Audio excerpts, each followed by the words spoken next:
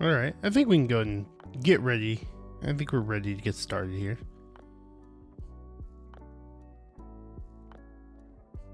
Altering some sound settings and mic setting.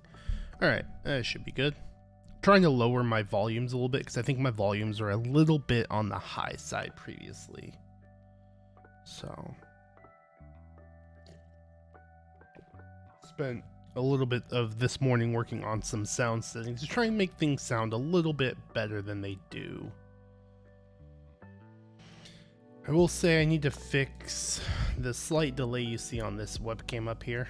You can see my mouth moving and the sound's already coming out before you see my mouth moving. So it's just some settings I need to tune. But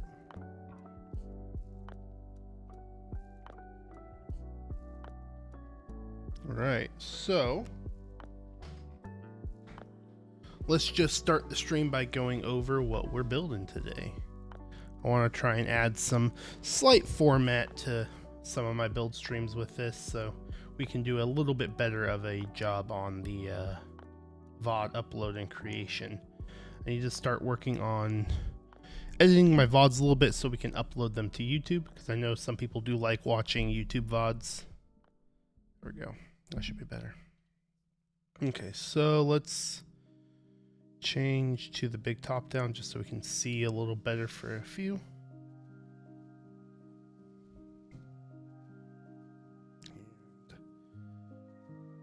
Let me do one thing.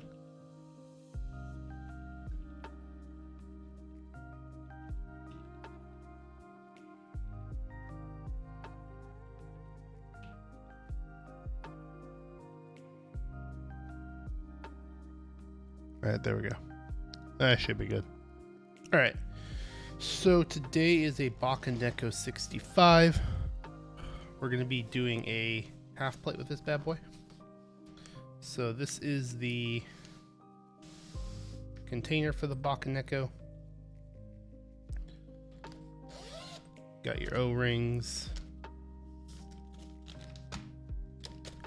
This is not from Bakeneko. Or not from Candy Keys. Sorry, this doesn't come with the Bakeneko. This is specifically from Hype Keyboards. It's a FR4 half plate. But the rest of this does come in the casing. We have the Bakeneko65 PCB. And then of course the board, which I'll pull out real quick. You got 4 new switches. What'd you get, Creamy? What's up, Dipfaffy? How you doing? And then, of course, the Bakeneko. We've already built this before, but I still want to showcase it before the build. We've done the hot swap for this board. We've not used the solder PCB yet.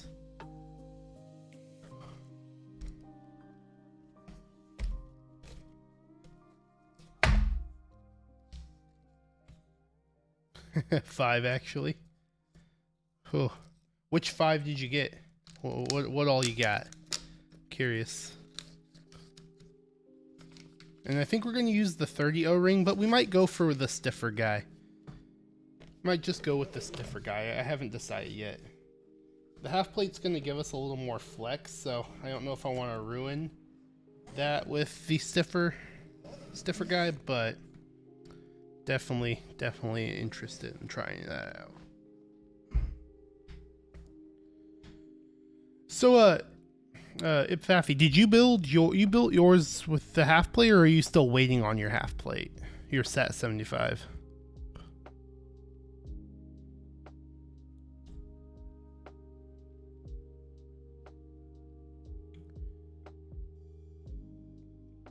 I still need to buy some ink blacks. I have yet to try them. I've still yet to try ink blacks. Duroc L2s. I've tried Aqua Kings, but the batch I had were heavily overlooped by someone, so they were terrible. Terrible. But this thing's got a surprising nice amount of flex with the half plate. I don't know if you'll be able to see this. very well at this angle, but there's some decent flex with this half plate. I am very impressed. Okay.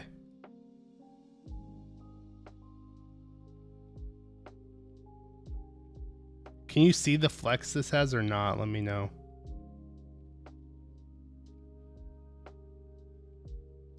The parts where the plate are, there's not a whole lot. So in the corners, you don't see a lot.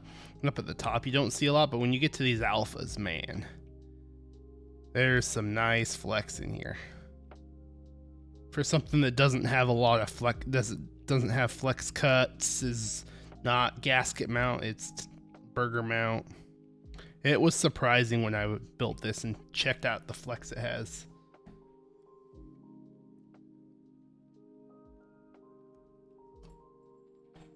I didn't even think about adding a flex test to the sound test I uploaded, which I should have, but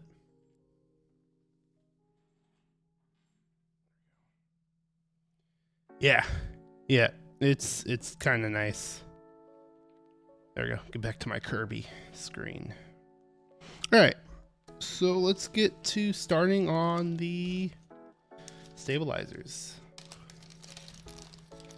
Nice. Glad you were able to get one, Creamy, because I know there weren't a ton available.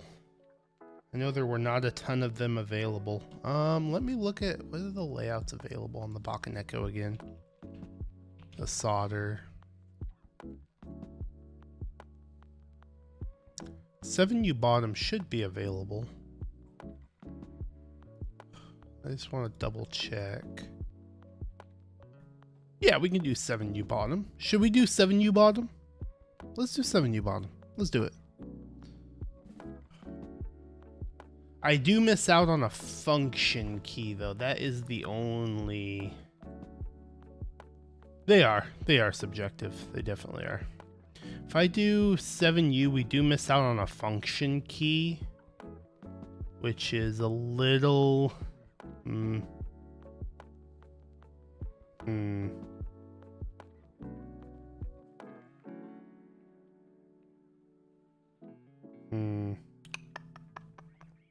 You know what? Why not? Let's do the 7U. Let's just do it. Because this is a 6. Or is this a 7? This is a 7. I don't do too many 7U, so let's go and do the 7U. Let's do it. Why not? We're gonna have fun. So we don't need this guy. What are my thoughts on Teddy's custom keyboards lubed switches? So I'm not gonna comment on it because I haven't used any of his switches. So I don't really want to comment on them. 4, 6, 8. 8. Macros? Yeah, I know. I know macros. Ultimately, the Bakeneko I don't use for gaming, because I like to have easy access for the function row, especially playing Lost Ark. 6, 8. So I don't even use the Bakeneko too much for gaming, so not having easy access to the function or F row isn't really going to matter too much. But yeah, Creamy, I'll say this about him. I don't think the boards he builds are very good. I don't know much about his switches, what he does to them. The switches, they seemed fine. They seemed okay. It was the rest of his boards that I wasn't a huge fan of, but some people like them, so that's, all that matters. That's really all I really want to say on stream about that, though. All right, let's do some clipping. Gotta clip these. These are just cherry clip-ins, so we do have to clip the legs.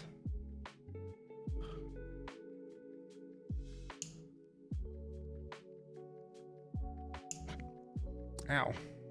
God.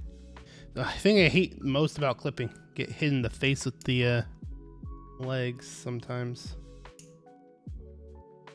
I haven't had to clip stabilizers in a hot minute though, because most of the screw-ins already come with the bottoms. The bottom of the housings basically clipped the way they're designed.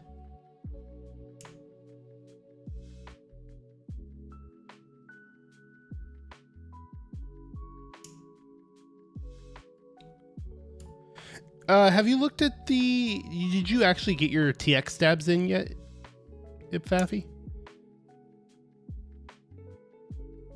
If so, do they have the bottom legs already clipped, or are they designed so you don't have to do any clipping, like most of the screw-in stabs? That was one thing I was curious about on the TX. Because TX are clip-in, correct? They're a clip-in alternative, if I remember right.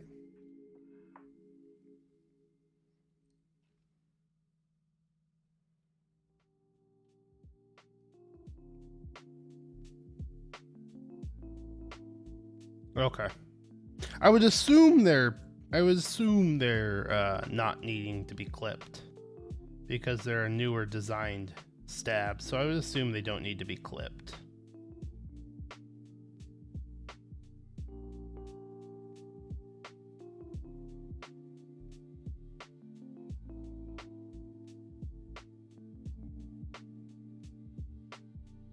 I will say this, the thing I like about these cherry clip-ins a lot is that these came with Duroc wires, so they're not using the cherry wires. Do C3 stabs come pre-clipped? Yeah, they're designed so they don't need to be clipped. They're designed so that they do not need to be clipped. Just like Duroc V2s.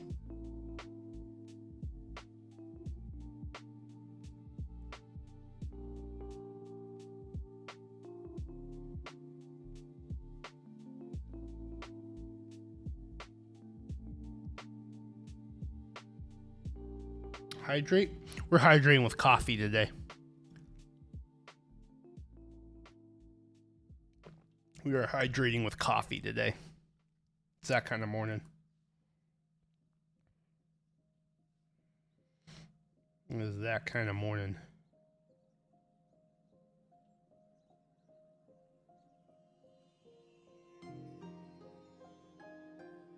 I'm excited to try out cherry clip-ins with the Duroc wires though, as I mentioned. The last two times I've used cherry clip-ins, they've just been with the cherry wires. So we haven't gotten a chance to try it with Duroc wires yet, which is hopefully going to be a little better sounding than normal, but what's up, Ipfaffy? Thank you for the sub. Appreciate the subscription. You didn't have to do that, but I appreciate that.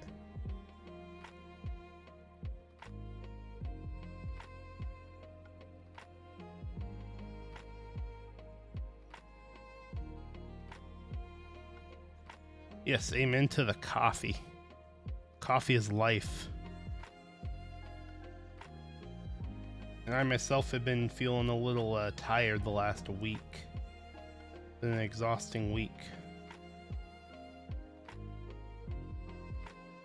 With the wife and I getting everything set up for moving and everything. But we are basically all set for our move. Literally at this point we are at the stage where it's just, you know, executing everything. Paid for the apartment.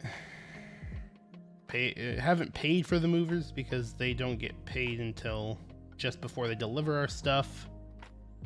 But everything is basically finalized to the point where it's just let the movers move our stuff. So, all right, yeah, no worries. Thank you for stopping by. Appreciate the sub, and I hope you have a great day.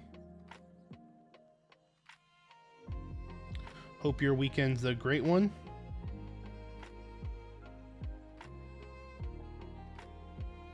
No, it's just an apartment.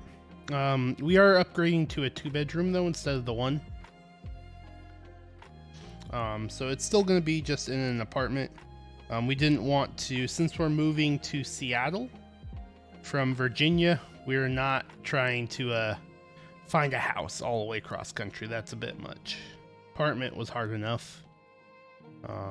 But since we're moving to Seattle, we're just going to do an apartment. And we did a 2-bedroom. So I will have like a gaming setup room for my stream setup instead of doing it just in the dining area. It will actually be in a dedicated room. So I will be able to get like good lighting set up in the background, everything. We'll be able to improve on the full setup, which is going to be really awesome. I'm excited for that.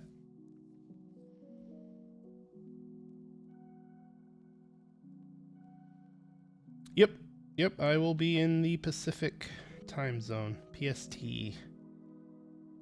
So streams will be at slightly different time for people. I'm gonna try and keep the same stream schedule. So it'll be 11 a.m. Pacific time, which will mean 1 p.m. No. 2 p.m. Eastern, because 3 hours. So the stream schedule for everyone else will be slightly different, but it's going to be, you know, basically 11 a.m. local time where I am, and then evening. I might make the evening stream earlier.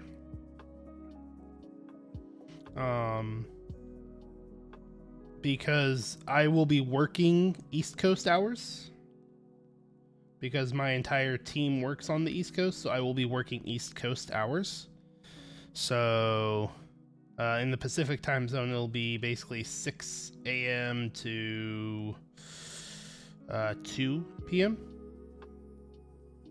So our weekday streams, they might start at like 2 or 3 p.m. Eastern time, or Pacific time, 2 or 3 p.m. Pacific time, which will be 5 or 6 p.m. Eastern time. So weekday streams might get a little earlier for Eastern time zone people, but that's to be determined. I'm gonna see how my weekly schedule plays out. And yes, you will have to convert the stream times. However, thankfully it's, you know, just Pacific time to Eastern time, so that's just 3 hours. So whenever you see a stream time, just add 3 hours to it. That's the difference between Eastern and Western time zones. So, could be worse.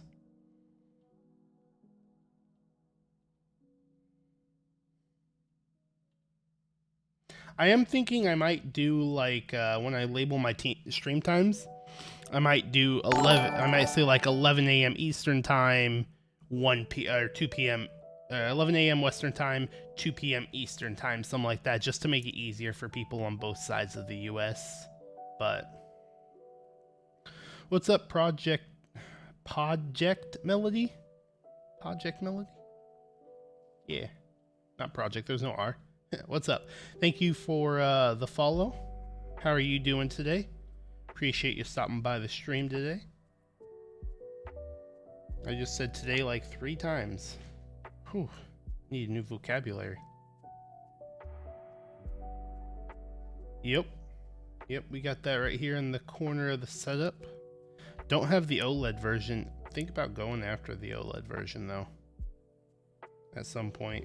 But I mostly play on a, on an external screen like my monitor, so I'm not going to get too much benefit out of the a little bit bigger screen because I barely play in handheld mode. So if I played in handheld mode more, I definitely would go for it, but we don't. So that is the only thing actually stopping me from going after it.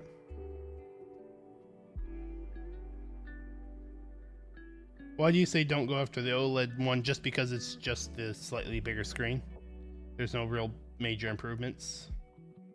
Because I know it's not really any big improvements on the Switch. Pretty much the same if I'm not mistaken, just with the slightly bigger screen.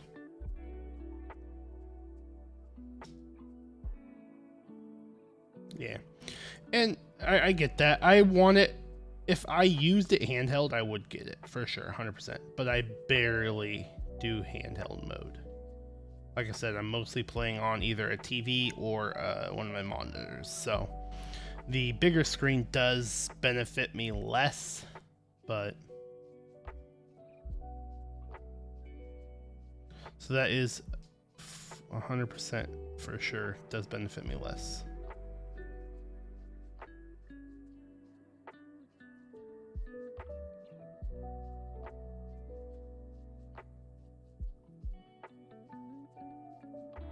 That I will not deny.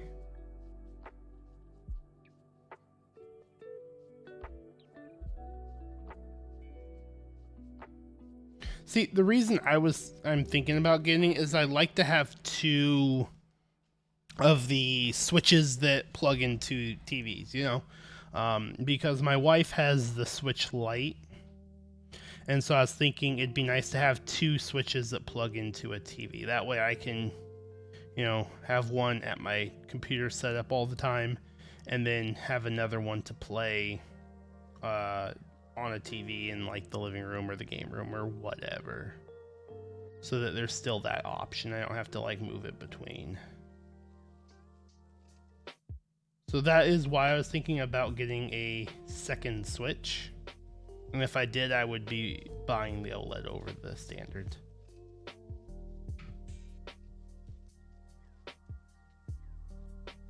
That would be kind of cool. Does it scale for ultra wide well? That's what I want to know. Because not every game is like meant for ultra wide. So some of them will just stay in their native like 16:9 resolution and won't scale to the ultra wide very well, or it'll just stretch it and look really bad.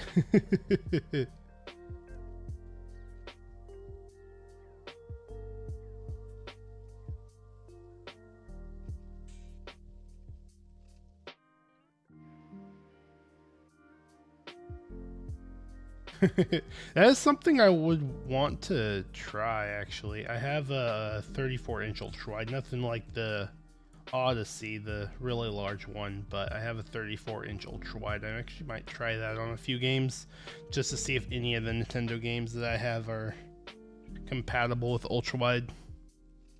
It'd be kind of cool to play something like Pokemon Legends Arceus on that, or Breath of the Wild on an ultra wide. That would be kind of cool if it worked. I will say that.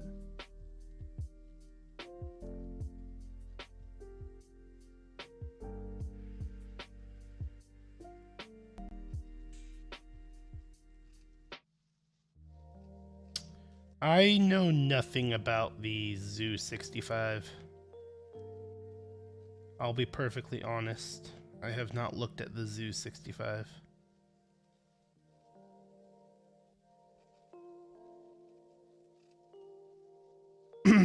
I did see like just a thumbnail of a video of it, and it does look it looks like at least the build is different, so I would assume it's a slightly different board, of course, but I wouldn't assume it's just the Zoom 65. It's probably meant to be just another 65%, probably based on Zoom Animals, based on the name or something. I don't know.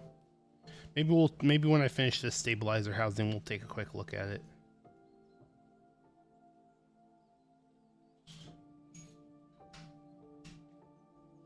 Maybe we'll take a quick looky. Let's see.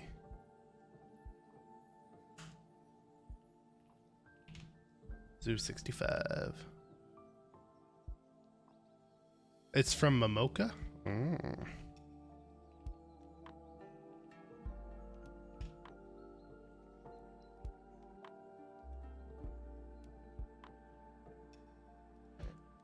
Let's see. It's 169 USD.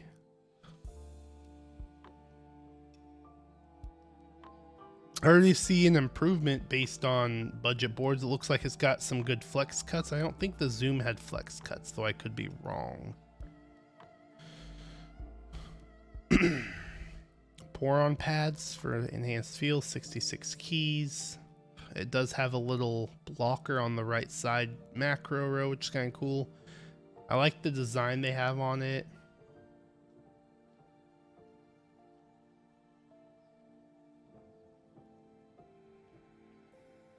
Let's look at the zoom real quick. Yeah, it's pretty different from the zoom in ways. Like, its design is quite different from the zoom because the zoom has, you know, the knob on it. So at least the design layout's different. The zoom does have some flex cuts too in the PCB. It looks like the Zoo 65. I like the flex cuts the Zoo 65 has a little better. Those flex cuts look just a hair better than the zoom ones. It has a daughter board, it looks like. Yeah, it has a daughter board, so that's nice. I believe the Zoom has just a built-in USB to it. It doesn't use a daughter board. I'm personally a fan of boards that do use a daughter board, especially anything that's gasket mounted. Got the bottom case.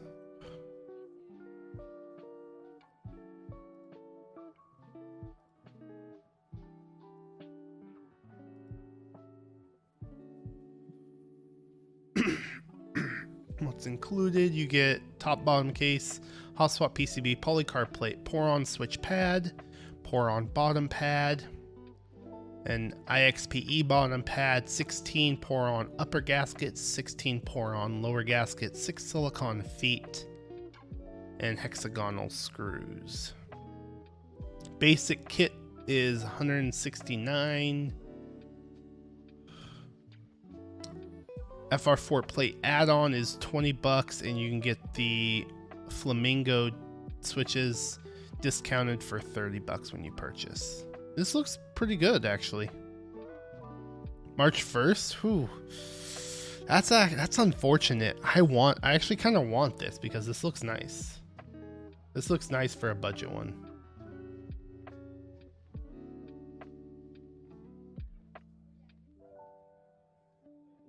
What do you mean tray gasket?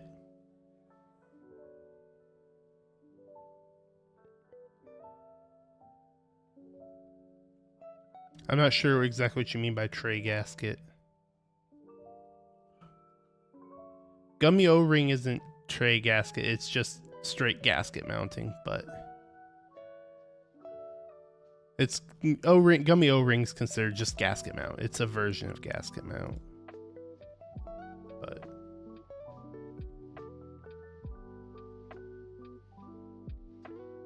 Creamy, do I play Wordle? Yeah, I do the Wordle. I try to do it every day. Some days I do forget.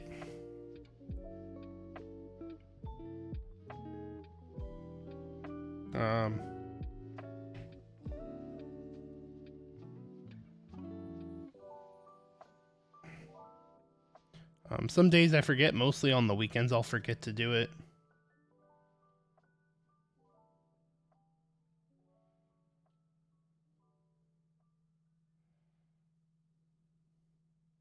But I do tend to, during the week, I'll do the Wordle for sure. I've yet to miss one, so that's kind of nice.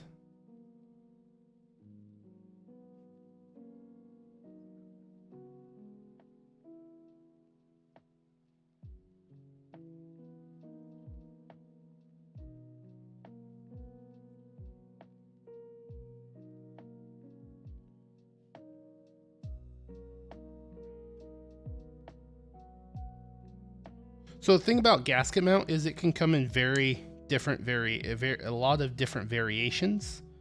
But the only requirement to make something be a gasket mount is the fact that it uses some sort of elastic material. It doesn't even have to be fully elastic, but some sort of material that isn't a screw in order to hold the keyboard, the PCB plate assembly in place. Anything that, you know, screws into a tray is tray mount, but since anything that's a gummy O-ring doesn't actually screw into the case, it's not really a tray mount. gasket mounts don't have to be multiple pieces. They can be one piece of case. They don't have to, you know, separate and have those pour-on type gaskets in between them. They can, you know, be just a tray style looking board, but still be a gasket mount with that gummy O-ring.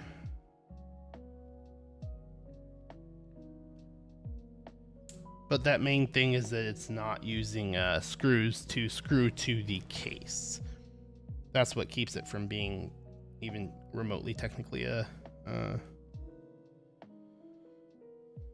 tray mount. And again, like I said, there are tons of variations of gasket mounting.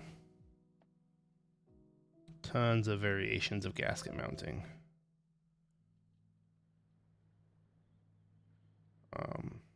They all just have that single thing in common where they have some sort of material to basically use pressure to hold the PCB plate assembly in. They don't require screws to hold that in. It's all about pressure. What's up, Raz? Artisans? Artisans question mark? Yeah, because we got actually a couple in right now. The ones I've been waiting for actually came in. So we do have a couple. Let me finish this wire real quick and I'll show those off. Let's do that. I'll have to go grab one of them because one of them is on a board at the moment.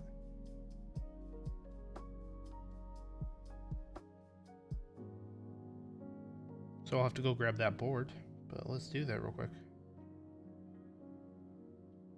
Get this wire in.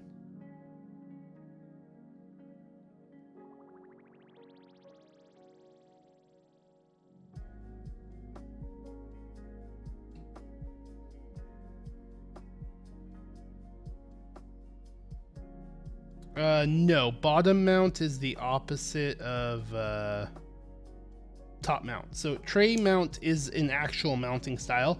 Bottom mount is actually like top mount, just reverse it.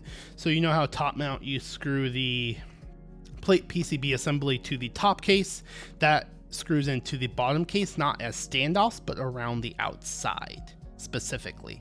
I can't name a bottom mount keyboard, to be honest. I know the original Bakeneko65s, before they went to the MK2s, the original ones, they were bottom mount. Other than that, I don't know of any other bottom mount boards, to be perfectly honest. But I will be right back. I'm gonna go grab one of the Artisans I have real quick. It's on a board, so let me just bring that board over. So I'll be right back.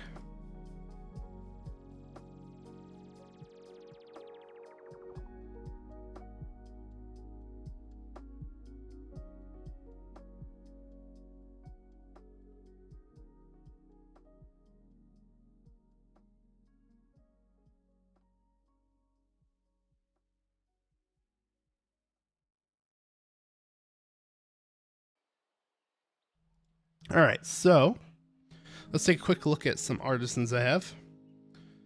We will show off this bad boy.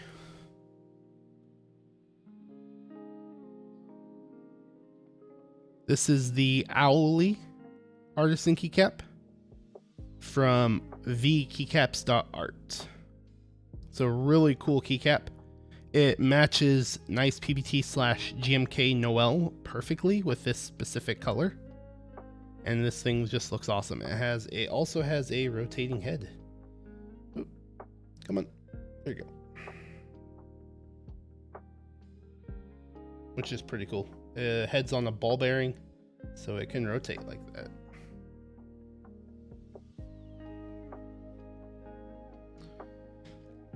And then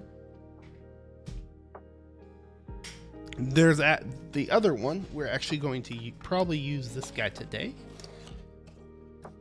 Let's grab the box. So these come packaged with a few cool things. You got your little tag to show what it is. You got some stickers, of course. And then the care that goes into these is really cool. They're really well packaged. Good old bubble wrap. And like I said, Keycaps.art. This is the other one. It's just a white one. There we go. Get the camera to focus on it. Really nice looking. Also, same style. Owly has the rotating head that is on a ball bearing. And then yes, these come. This case is awesome. So I'm actually going to leave one of these out here since we are planning on using this white one today. We're gonna go ahead and drop. Let's do it with this one. I've already had the other one on the board. Do that. Let's drop that guy there. That is the website where you can get these. There's quite a few options.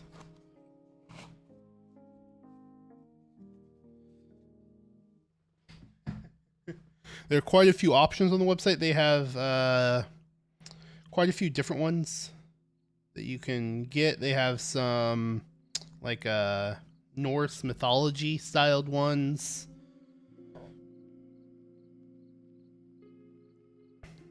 They all look really good. They have some anime inspired ones, I believe.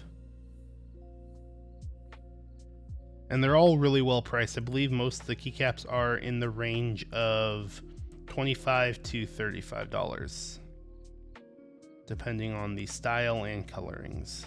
Some were up in the, some were around 40 last when I checked, but most were around the $25 to $35 range.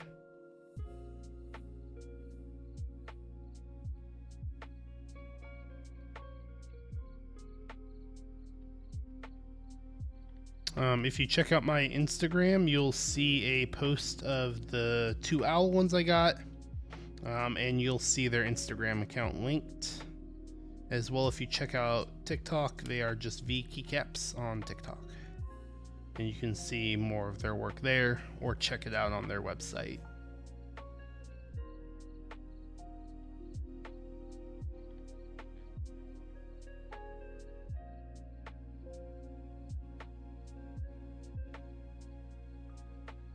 The quality of them are really good too. They are resin, at least these owl ones are a resin keycap, and they're pretty good quality too. I really like them.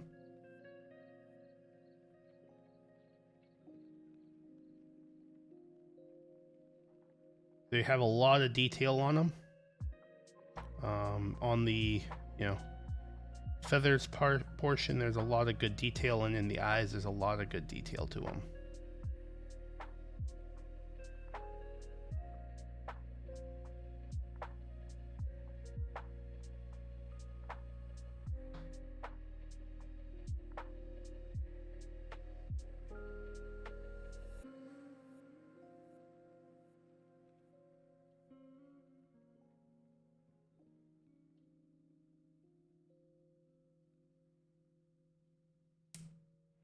And one of the things I really like about them is they aren't overbearing on the design of the, keycaps you put them with.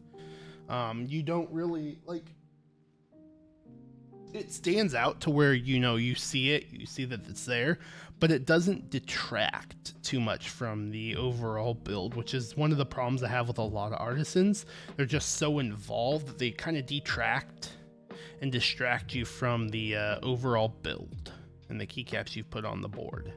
That's one of the things I'm not a huge fan of on artisans, and these ones I don't feel like they do that. I feel like they, really have a good profile to them to sit well with the keycaps and see them, but they're not overly detailed and overly designed.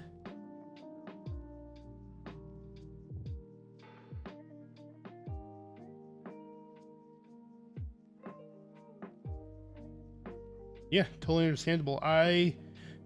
Not a huge fan of novelties as a whole, or not novelties, but artisans as a whole. I like using novelty keycaps, of course. I use those whenever possible. But artisans, these are the first artisans really I own. My wife owns a Pikachu artisan for her Pikachu keyboard. But other than that, this is the first artisan really that I own, because I'm not a huge fan of a lot of them. They're really well designed, of course, and they look awesome, but there's just too much detail in them, and they distract you from the overall build, in my opinion.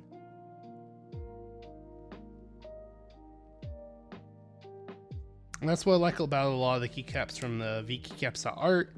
And so far the ones I have, I did order some Thok metal artisans, because those are basically just another keycap that have a design on them. So they're essentially just a metal novelty keycap, really.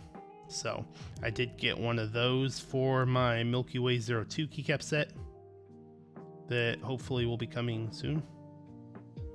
But that's the only other artisan I've gotten.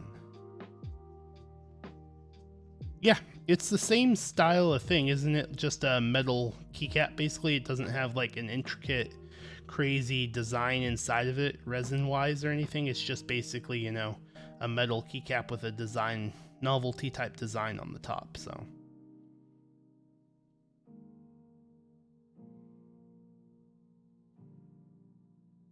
Those are the type of artisan keycaps I can see myself buying the most. For sure. Because they're more basic, you know? They're gonna not detract and distract from the overall build too much. Right. And that's basically the Thok artisan I have coming for the 02 set. It's basically similar to that, just with a different design, of course. Just very basic type thing. And then I do have the Glacier 80 is going to be coming with an artisan as well, and that's a similar thing, just like a metal artisan that goes with the board design. So it'll fit really well, at least. All right. Because the thing with some of the artisans is they're so like big and so well designed and so much detail in them that you basically have to put them like on the top corner of the board. Or if you have like a macro type column, you could put them on there if they're kind of separated and not right next to, like you could put some artisans here or here, really. If you had 3, you could put here or you could put it here. But that's really the only options. Like on an F13 board, I wouldn't put an artisan here if it didn't fit with like the profile. If it stuck up a little bit, I wouldn't want to put an artisan on an F13 TKL, because then you still have more keycaps here and you just got this weird thing sticking up. And that just, I don't know. I don't like having to only be able to put a specific keycap here in the corner. But with like a metal Thok type artisan that's going to be the same profile as that top row, that fits, you know, F13s, you can put that there. And that's why a lot of people got like the Mr. Suit one, because you can get, you know, put it as like an F13, or the Glacier, it's an F13 board, so the metal artisan can go on the F13 spot, which is kind of cool.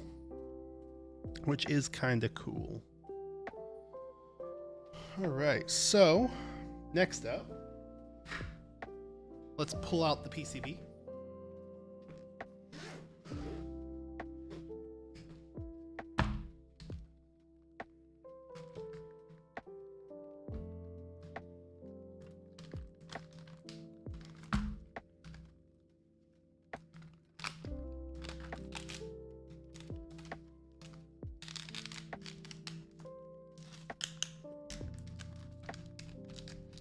We'll get the plate while we're there.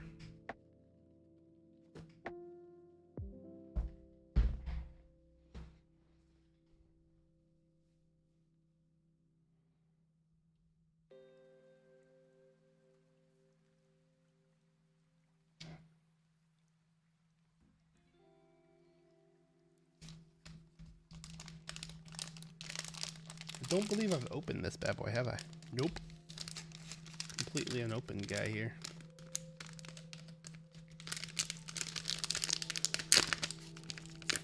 So we are definitely going to want to test this just to make sure.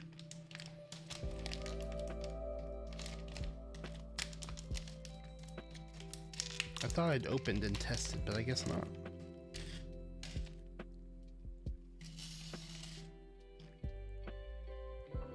Okay.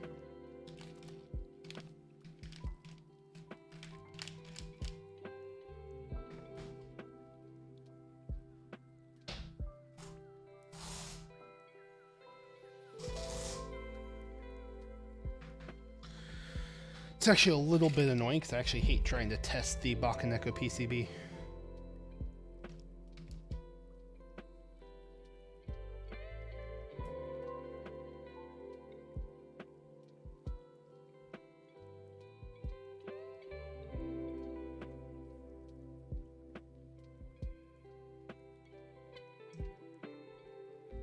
At least the JST connector makes it a little easier than other boards to test. DIY half plates. I haven't tried cutting a plate up before a FR4 plate. I don't know that I would want to either personally. Seems like a lot of work.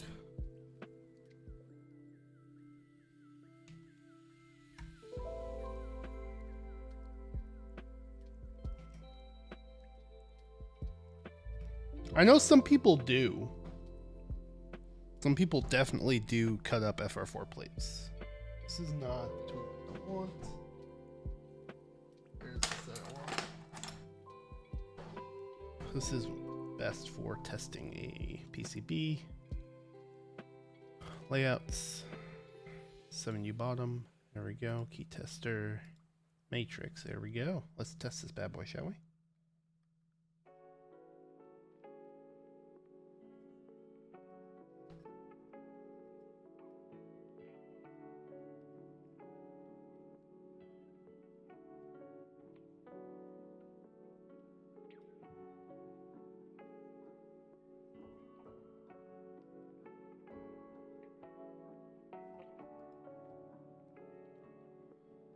That does not sound fun. Cutting up a steel plate does not sound fun. I will admit on that guy.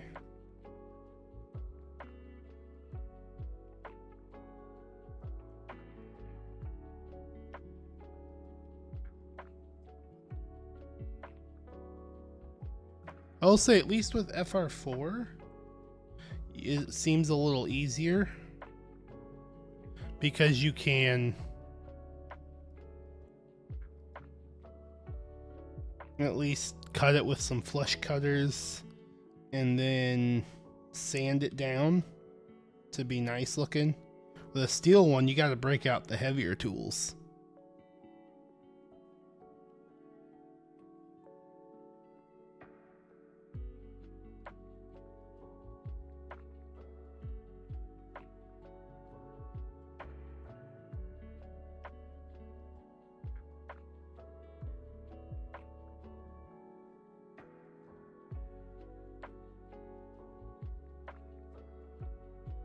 So that is an adventure I would definitely never take part in. That I will say.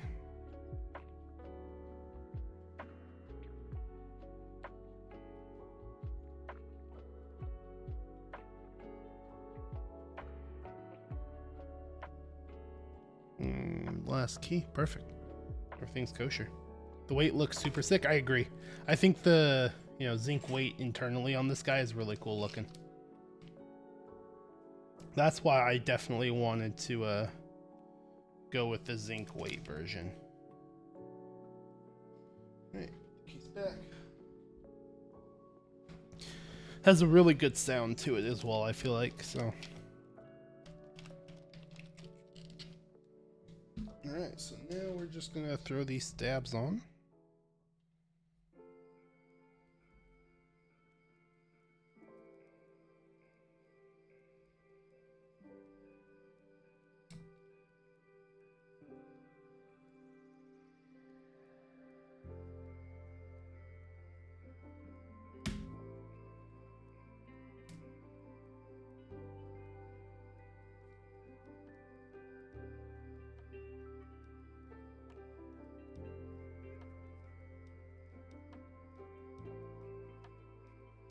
Come on.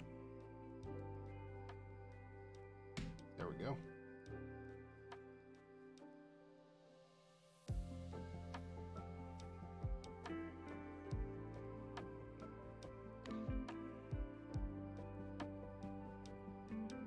Should be good. This should be fine.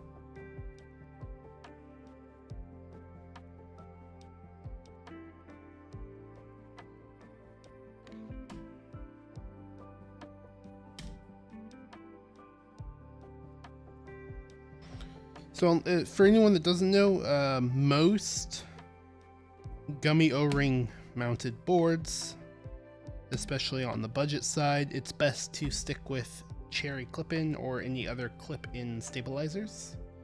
Mostly just because it's best for the O-ring portion, as there's not a whole lot of room for the screw hole of a screw-in stabilizer.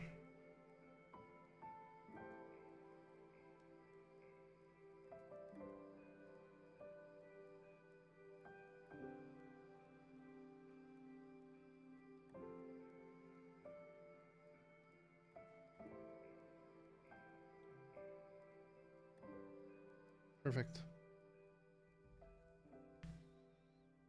Let's get the half plate.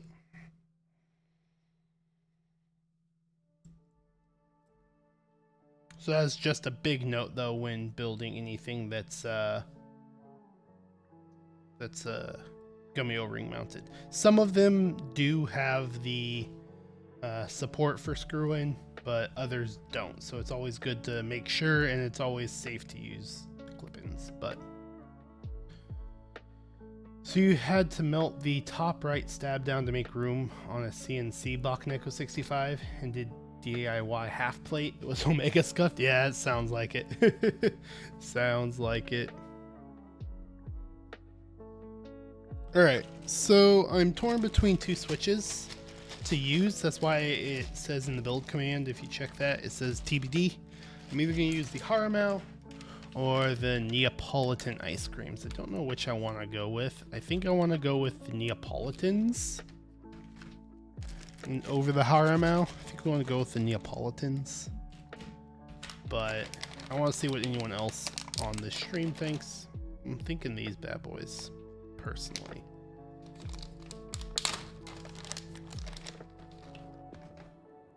I want to make sure they'll fit into the half plate nicely, though. Ooh, that might be a no-no. That might be annoying. Not gonna lie. That is a bad tolerance. Those might be a no-no.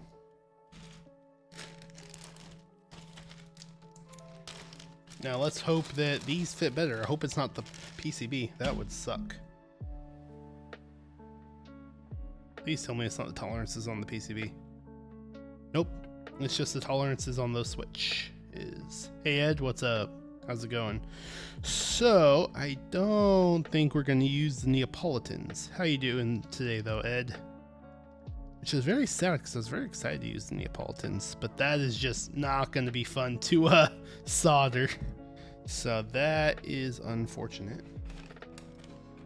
Those are very tiny extra legs.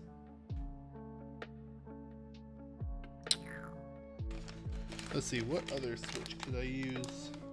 Didn't necessarily want to go with the Harimau for this, but that's what it looks like it's gonna have to be. Because the other ones just, they do not fit in here well enough. The only other tactiles I have on hand are the penguins, and I was saving those for another SAT75 build next weekend. So I think we're just going to go with the Harimau. That is what we are going to do.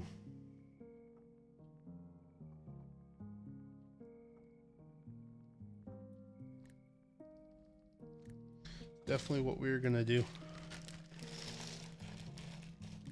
I'm good, Ed. Thank you for asking.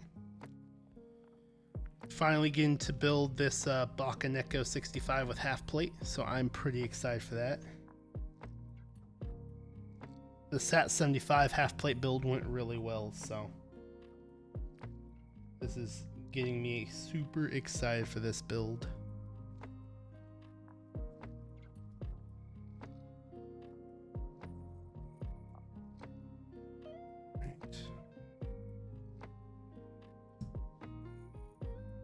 Get this in.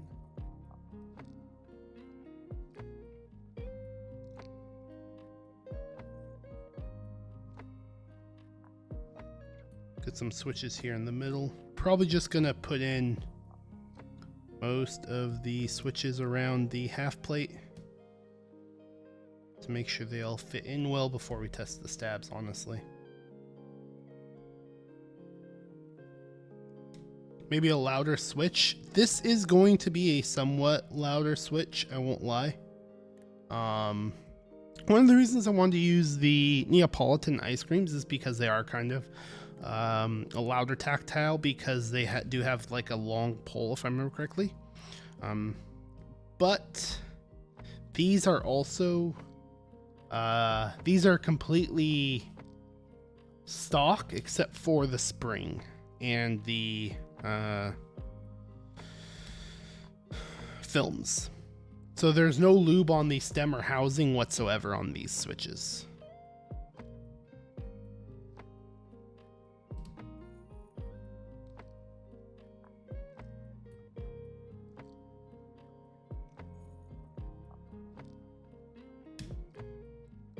Like I said, I wanted to use the Neapolitans because they're supposed to be based off of Zycos, but these were also kind of inspired by Zycos, so it should still have a similar sound and feel to it, I would assume.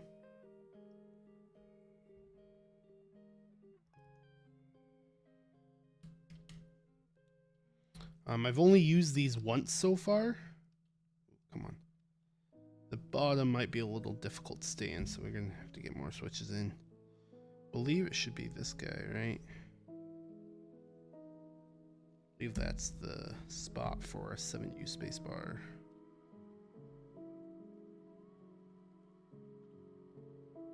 And this will be outside, the right side. I think left side.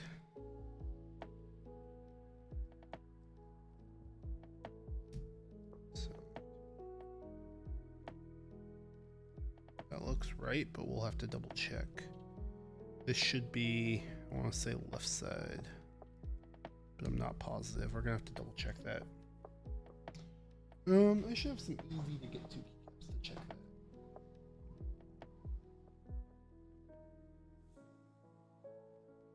That size mod, maybe.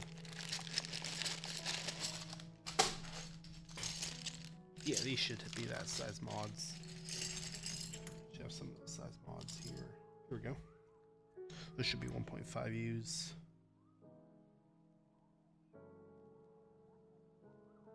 Yeah, that looks right. That looks right.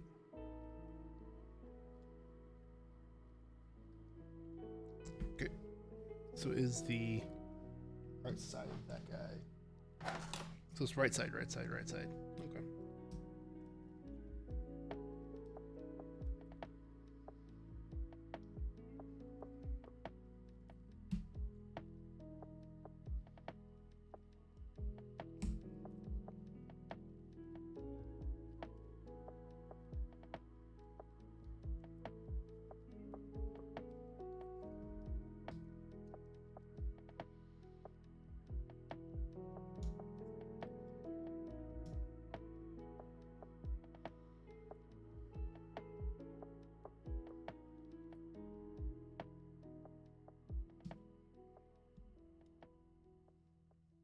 Let me grab the 7U bar.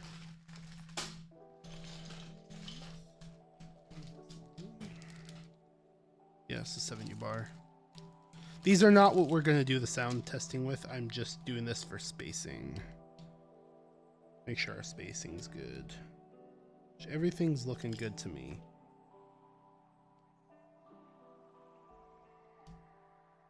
Yep, everything looks good. Cool.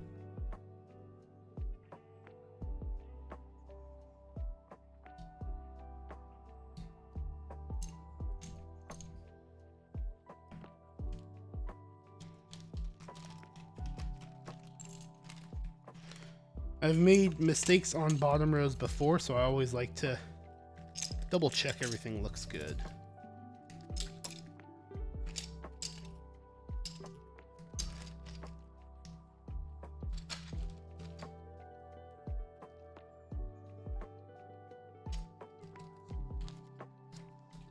These are spacebar bag. Put that in. Okie dokie. So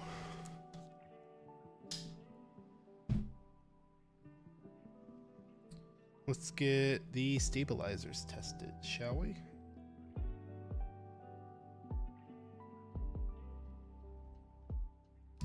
That should be good enough to hold the plate down without too much noise.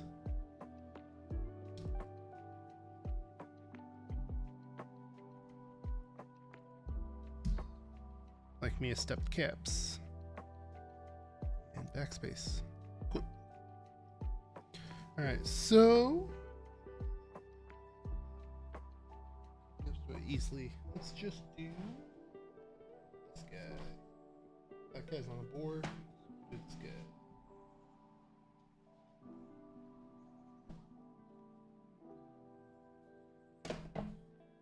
We'll use this guy for sounds real quick. Don't.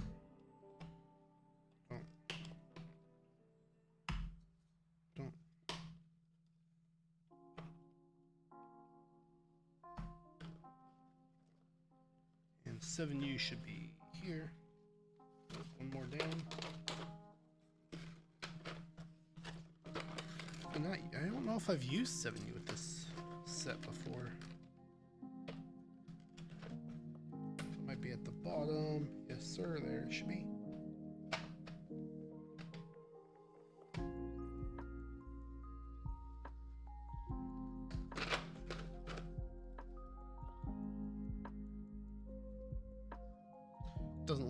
Doesn't look like it's warped, so we should be fine. The sound test. This guy. I typically, when I do 7U on a board, I like to do a sound test of the stabs with GMK sets, just because sometimes the PBT spacebars can be warped, especially on a 7U. But this should be fine. This should be fine. This one looks good.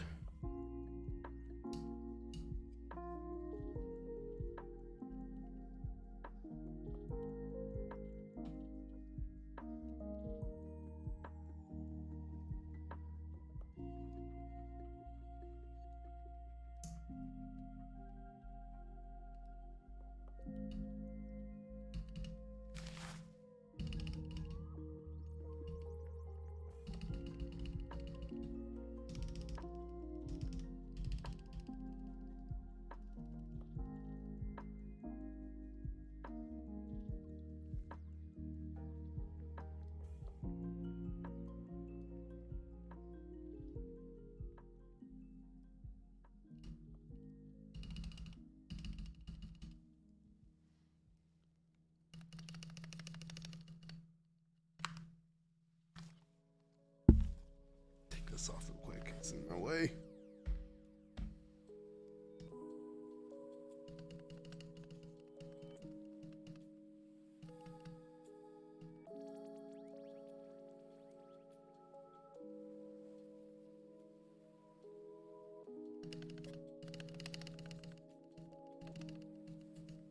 I think we will touch up the spacebar just a hair.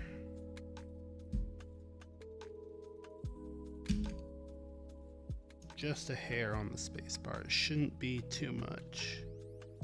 Sounding pretty good. Just grab our syringe here.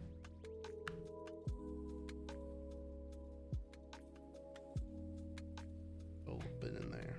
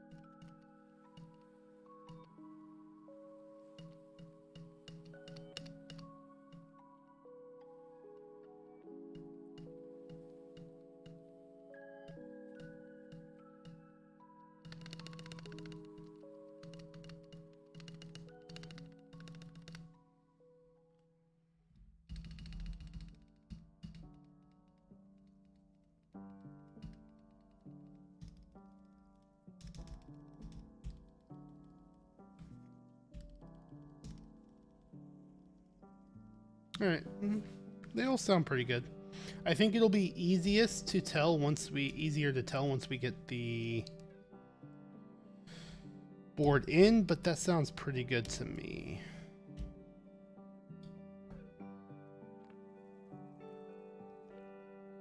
Definitely be easier to tell once we get this put into its case after finishing the build, but it's sounding good to me, so. Still think there's a slight bit, but it's hard to tell on the spacebar. And the backspace looked like it might need a little bit of tuning, so we'll go in and do that once we get the build finished.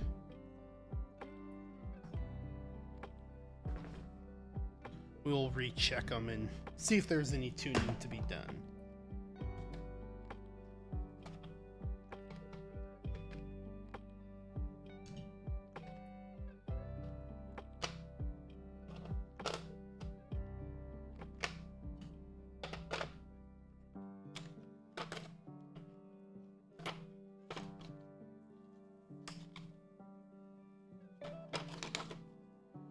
Keycaps put back.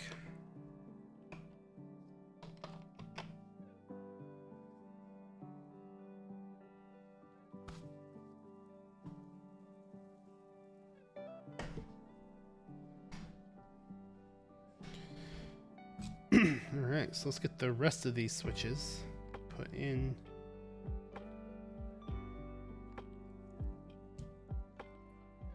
Start with the ones going in the into the plate part, and then we'll get the plateless part inserted.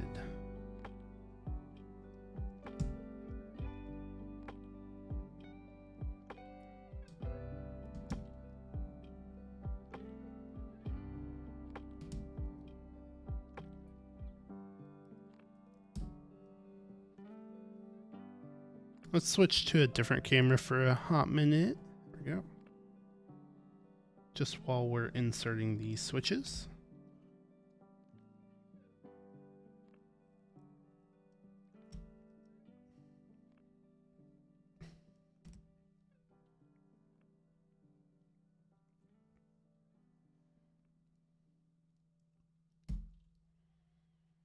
It's been a bit of a busy week for me, so that's why this is actually my first and only stream this week. Kind of sad.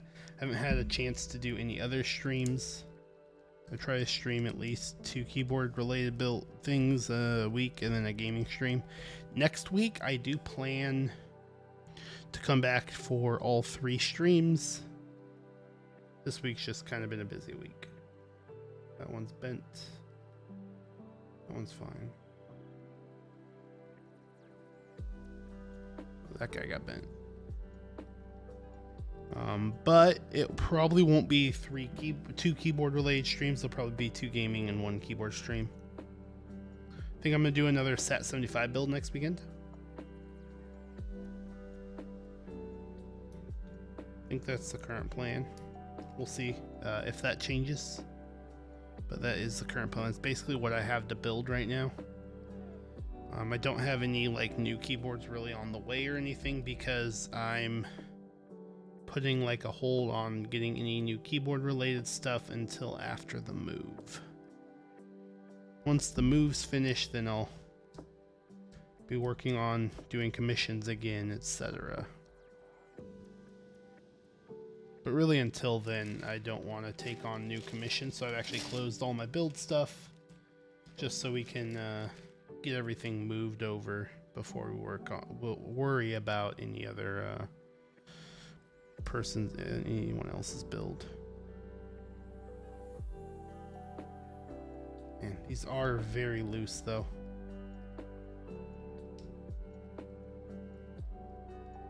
Even these, man, that one's really loose.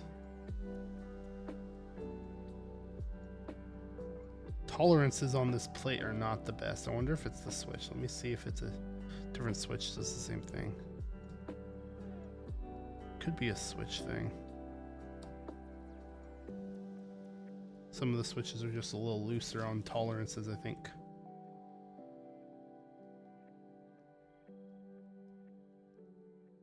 We'll see if we can make sure we keep the as tight as possible on here.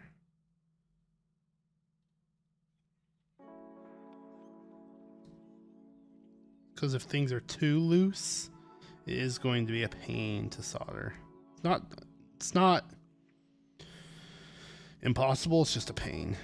And I don't feel like going through that much pain today. Because I know these switches can be done in a plateless build very easily.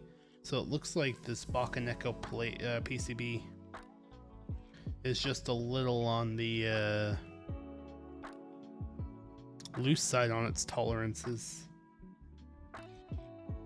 I did these switches on a plateless build, Thera 75. Whew, that one's really loose. Wonder if these switches are inconsistent with their legs, because some of them feel a little firmer in some of these holes, so.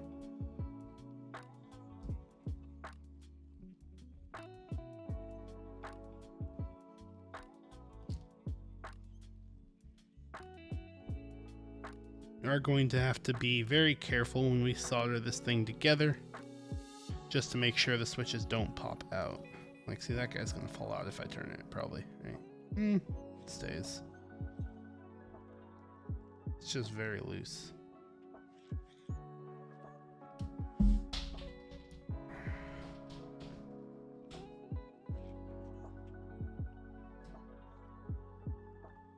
That one's pretty loose.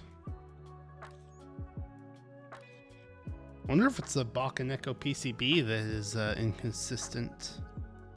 That's a little unfortunate. Whew.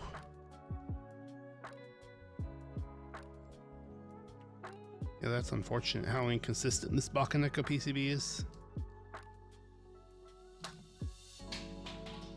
Okay, that drop was not my fault.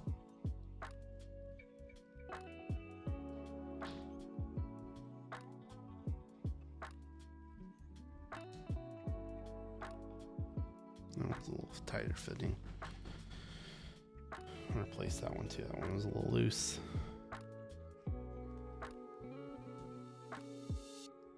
Go.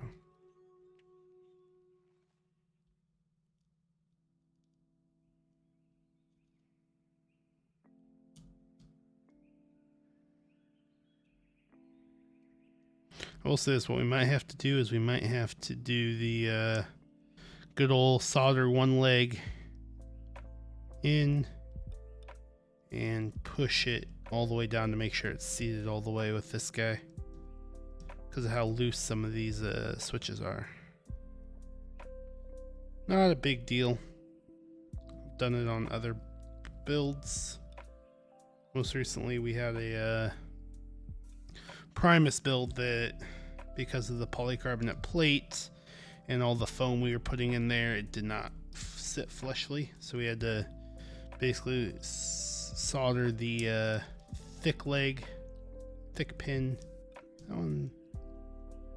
That one doesn't sit very well either. Solder the thicker pin and then push it down to solder the other pin.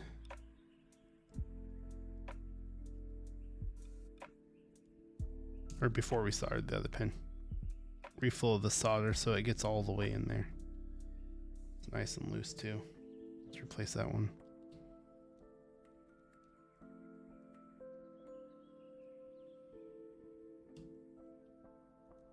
See, I don't know if this is the switch. See, I think that some of these inconsistencies might be the switch, in honesty, because some of these fit a little better.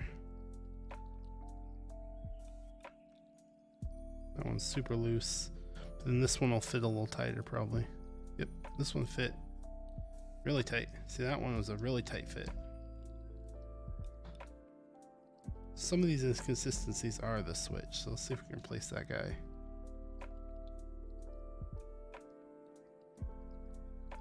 Place that guy.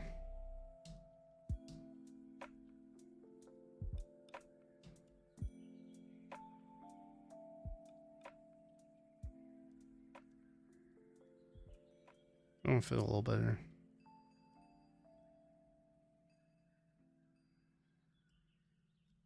I'm just essentially looking for it to not be quite as loose. It's going to have a little wiggle to it, but I just don't want it to be super loose. If it wiggles too much, that's just way too loose, and that's going to make soldering a pain. That one should be fine. That one should be good. And that should be fine.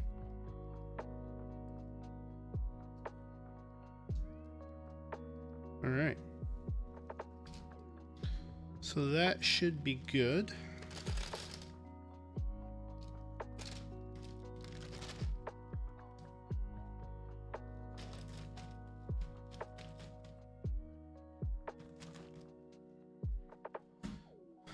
All right, I will be right back. I'm going to go get all my soldering gear set up. We'll be back in about 5 minutes and get to the soldering portion.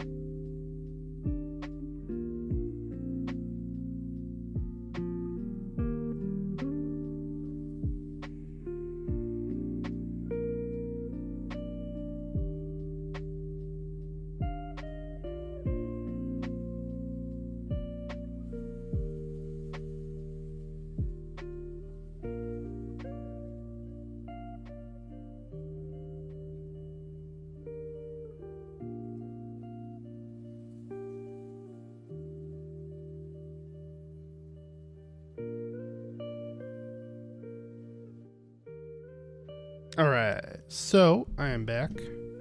Just about ready to get soldering. This is going to be fun because I usually use this padding, but I might not use it this time. Usually I like to have this padding under it just to help protect the Deskmat a little more, but as unfortunate, it has a little hole in it, which can disturb the switches if I move it. So we're going to just be careful, but if this provides too much issue, we might just forgo this foam pad. Again, it's not major, it's just there for a little extra Deskmat protection. See over here.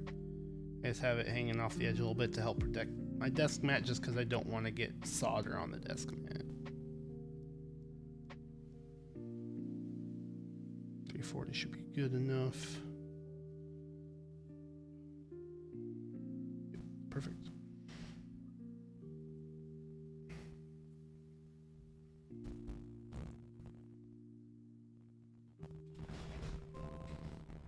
All right.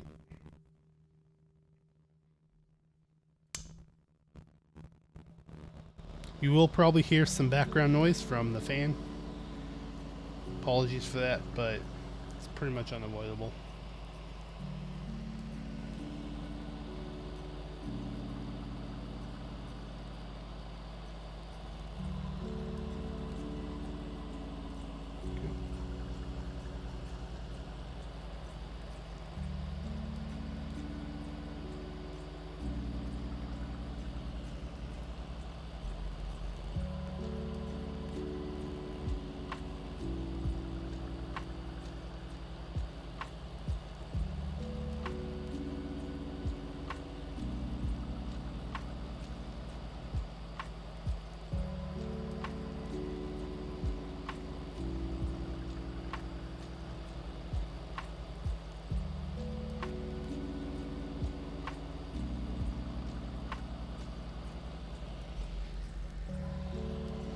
Throw a little more on that guy. Okay. There we go. Move my mic a little bit just because I'm in a slightly different position.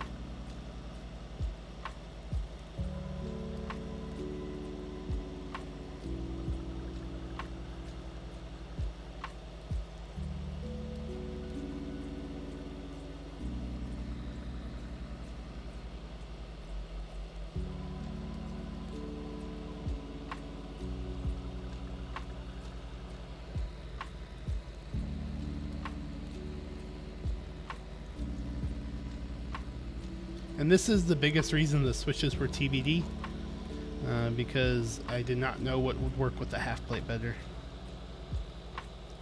Which is very sad because I'm very liking the Neapolitans when I used them in here. So we're going to see how good these Harimau sound in here.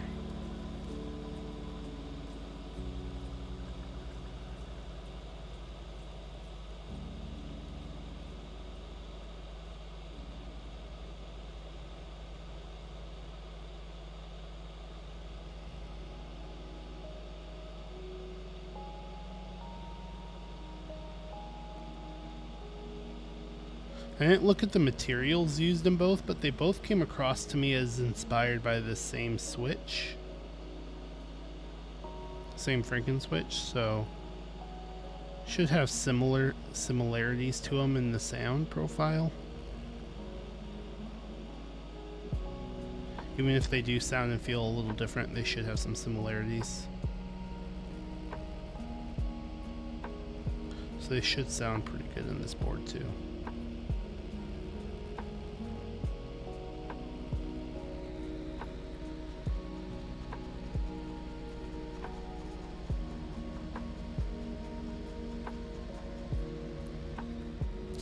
Yeah, it can, so you'd think, but some switches just, since they're made by different companies with different molds, that bottom housing parts, just the two little plastic legs just can differ so much.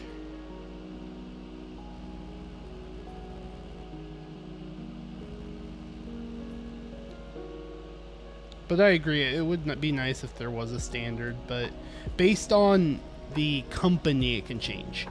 within a company's switches, there typically are a standard, and it typically is the same. It's just based on different company switches, different menus. That's where they can really ultimately differ. And then PCB also matters. The tolerances for some PCBs are better on those two holes, to where pretty much every switch will work fine, and others, their tolerances are so bad that you have to use just the right switch in order to have it fit in there right. Some switches, that those two plastic legs are larger than others, and that's why on some of them, and we're not talking large, really big differences on the size, we're talking very minimal, but ultimately those two legs are there to provide the most stabilization of the switch to the PCB. So some of them, you know, are so much smaller that they don't stay into those holes very well. And like I said, again, that does also depend on the PCB. It looks like this Bakeneko, those two holes for the switch legs are very small, are very large compared to other ones, compared to other PCBs. The ones that are the best are ones that are meant to be plateless. Those are going to be typically the best tolerances. So something like the Thera, the Glacier 80, those ones, they're going to be very, very small holes that are going to fit the majority of switches very tightly. But something like the Bakeneko, you know, budget board, we're talking very less care goes into that portion, if that makes sense. Since it's a budget board, less care is going to go into how big or how small those extra leg holes are.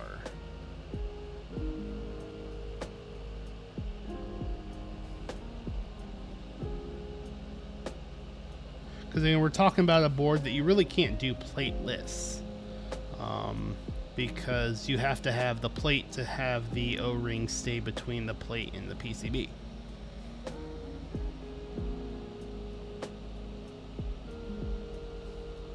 Yep.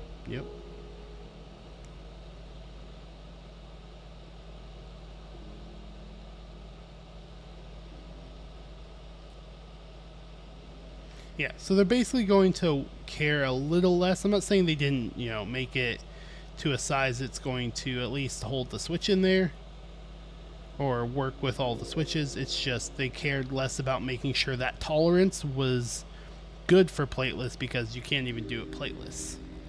So I know people like half plates, but they're not generally going to design it in the sense of making sure it'll work with a half plate either, unless they sell or advertise a half plate, you know. So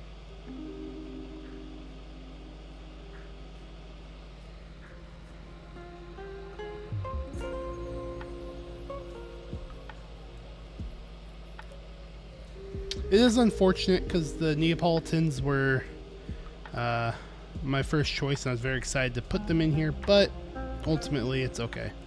These Harimuas are also a good switch.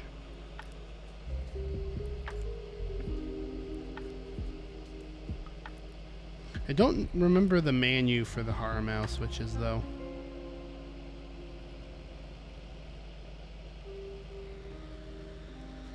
Because I know the Neapolitans are a Tech C switch. They're manufactured by Tech C. But I don't remember who menus these. I want to say it was JWK, but I could be wrong.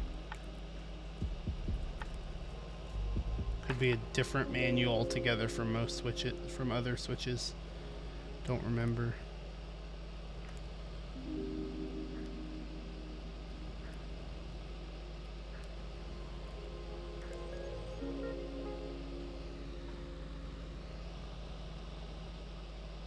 Maybe after we finish the soldering, we'll take a look at who the menu for these were.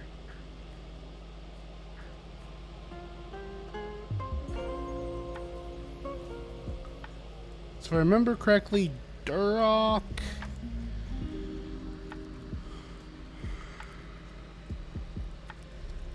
JWK, and Gateron typically have the best tolerances, best capabilities for like plateless on how those extra switch legs sit. They're usually a little thicker than other switches, I believe. I believe it's Gateron and JWK are the best two, but I could be wrong. I can't remember off the top of my head which ones people say usually fit plateless the best. But I believe JWK was one of them.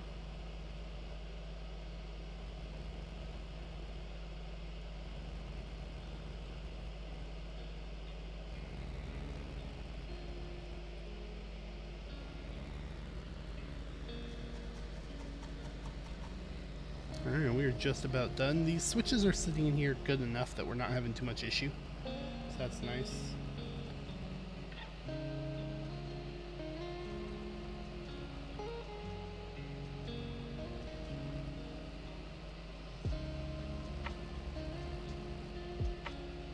The Neapolitans would have been a nightmare for sure.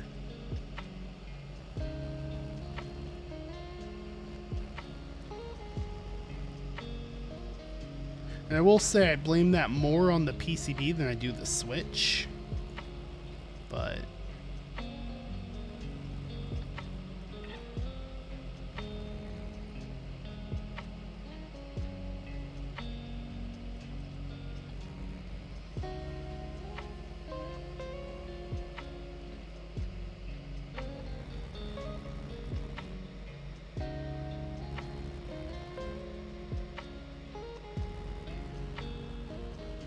alright. Let's double check we didn't miss any. 65% is a nice quick solder job, which is nice.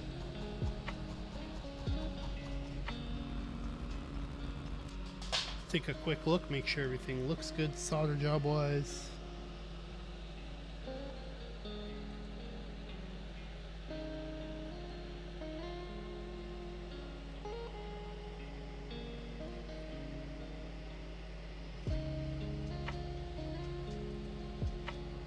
A few of them look a little light, but it shouldn't be a big deal, honestly. Should not be too big a deal.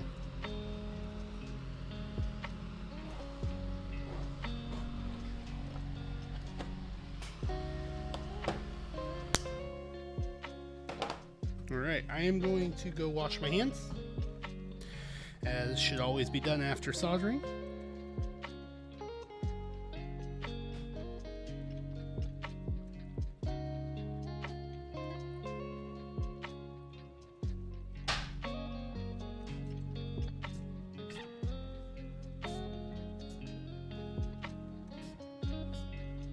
I think this is the cleanest I've had my Deskmat be after soldering, which is nice. Don't want to mess up this Deskmat at all. Alright, like I said, I will be right back. I need to go wash my hands, and then we will finish up this build.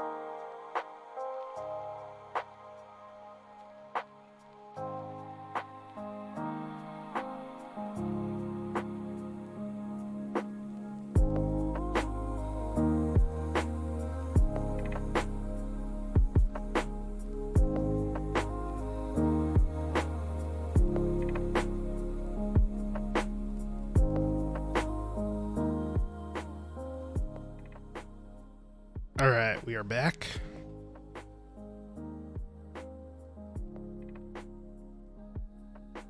So let's go ahead and get the O-ring installed on this bad boy. We can put the soldering iron away now. It should be cooled off. Yeah, it should be cool enough.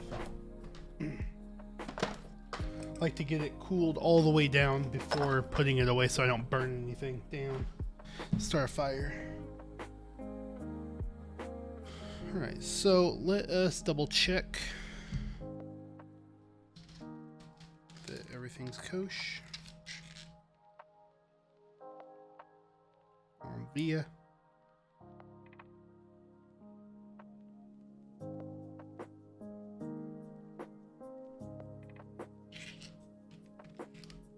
Let's see.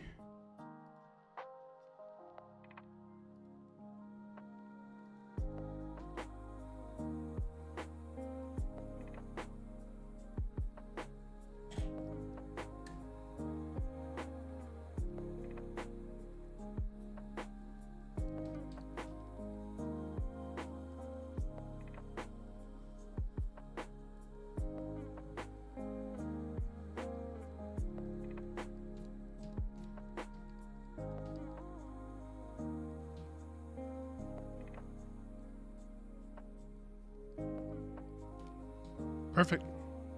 Excellente.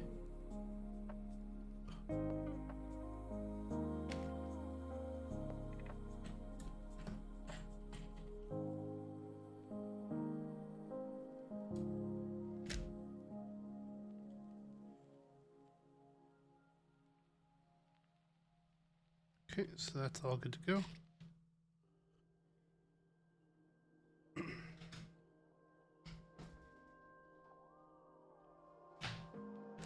Grab our O-ring. Go with the lightest O-ring.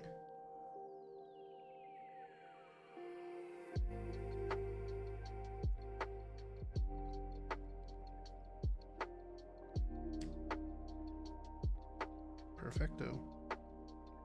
Okay.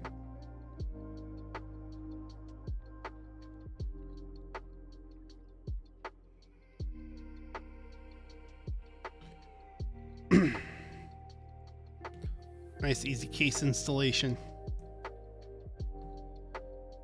Don't have to work too hard to put together the case or anything like most gasket mounts. It's kind of fun sometimes. But here we go.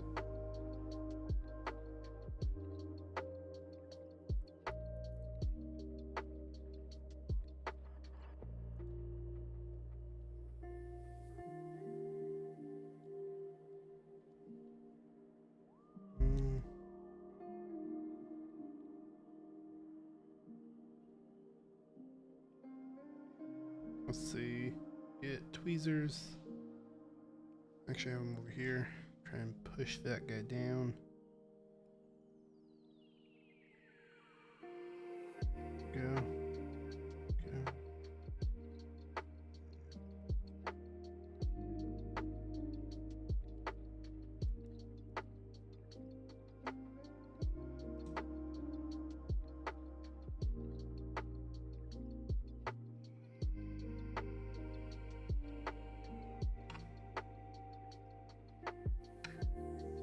Looks like it's under the... Alright, let's try this one more time. That didn't look like it sat in very well right there. Try that one more time.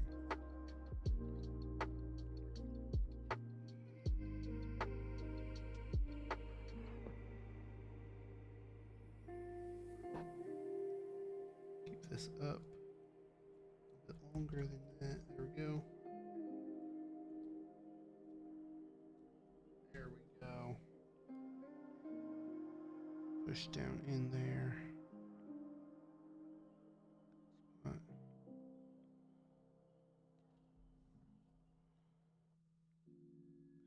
About right to me.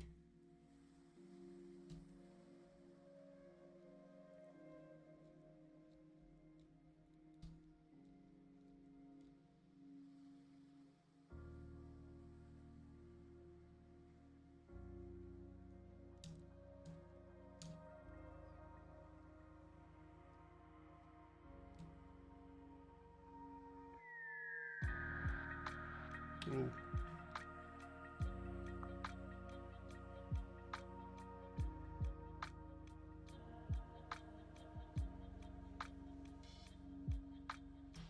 It's a little unfortunate, but that's okay. Got a little scratch in the case right here. It's not a big deal. We weren't too careful because of these soldered pins, but that's okay. A little solder made a little scratch here. It's not the biggest deal in the world, so we should be good. Okay, so for keycaps, really have two main options I'm thinking of, or three options I suppose, because we do have IFK Islander, MilkyWay 02, and MilkyWay 015.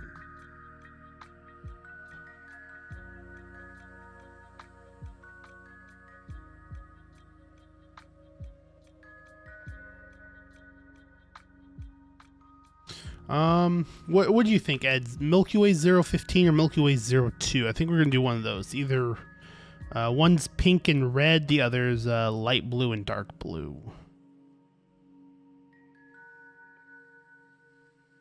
Yeah, this one had a little work, just a little extra work because of the way this plate's designed, so it took me an extra time to reseat, but normally I get it on the first go, but this one wasn't too bad.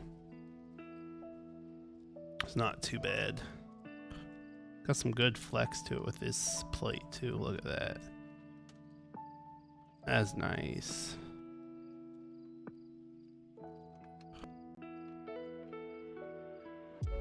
That's some nice flex. Oh yeah. All right. So let's see. I think we will go with the.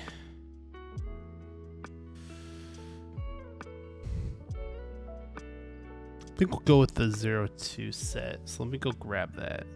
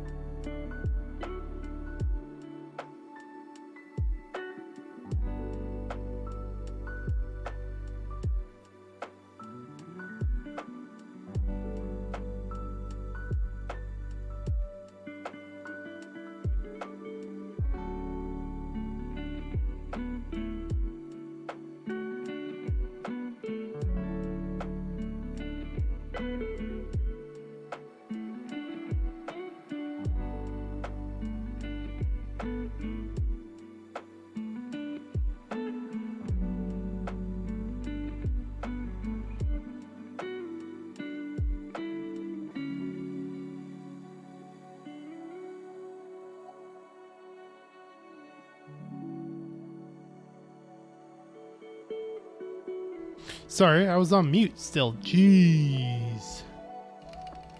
I was on mute still. They are MilkyWay 02. They're not GMK Darling. They're based off of Darling.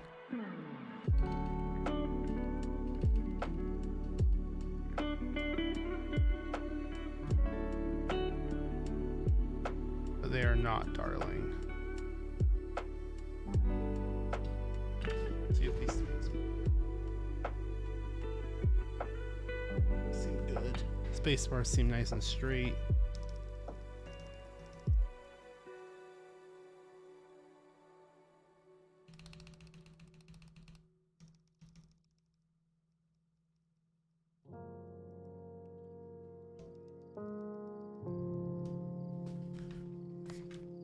Yeah, I saw that. What mouse did you get?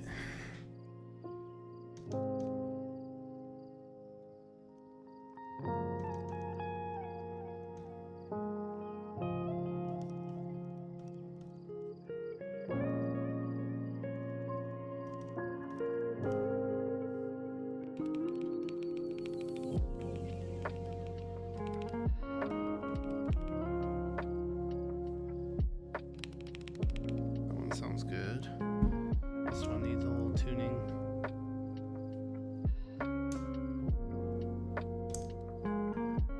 This one needs tuning. I have not heard of that one. How is it? How do you like it?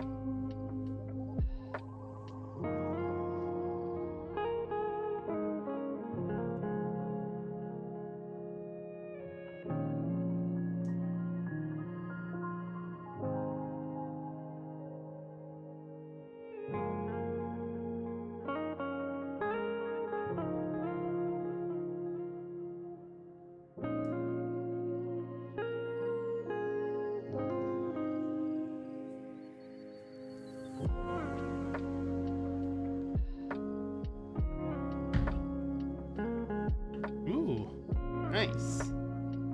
That sounds awesome.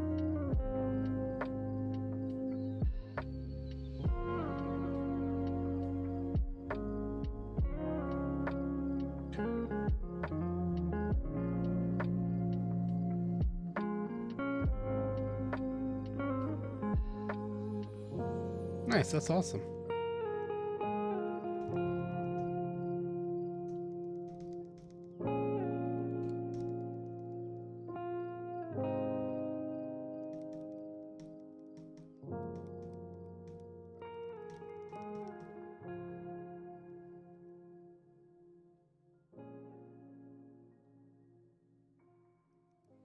Okay, there's no ticking.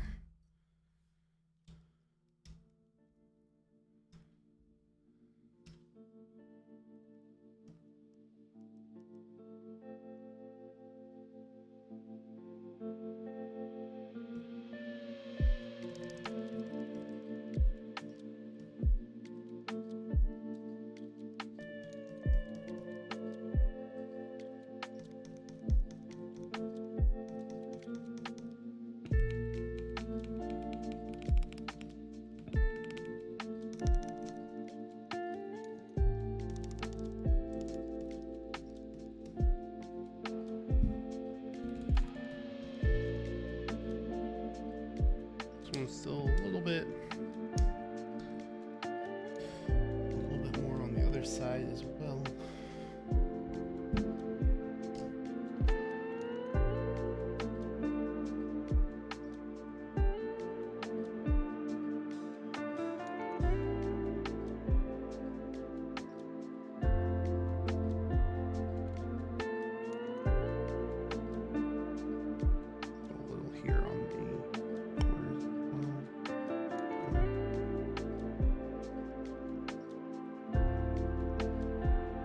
Throw a little bit more here.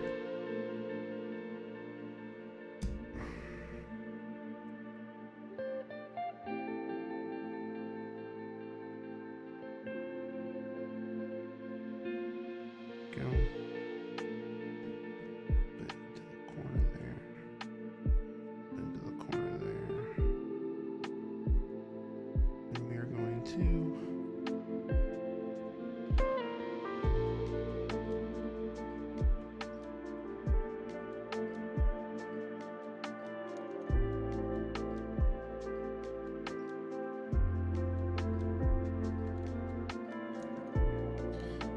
Some in on the front here.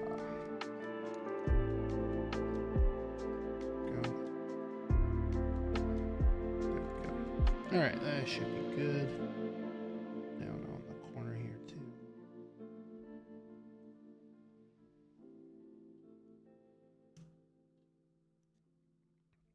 Perfect. That should sound better.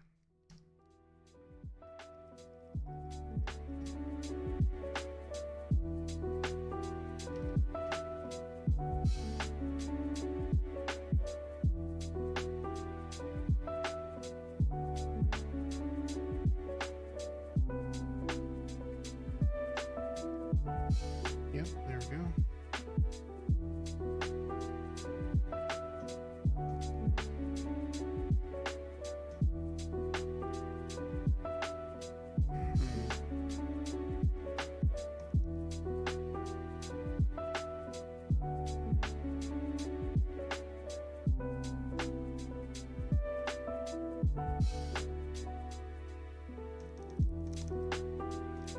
There's still a little bit.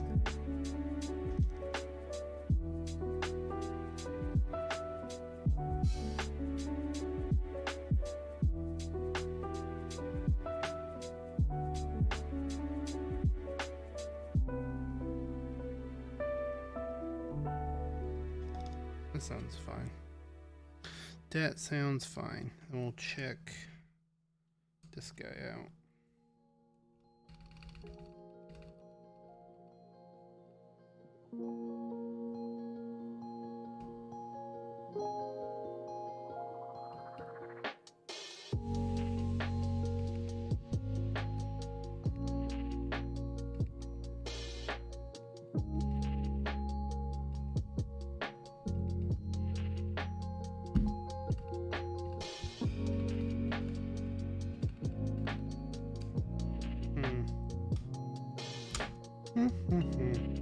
Spacebar is just off.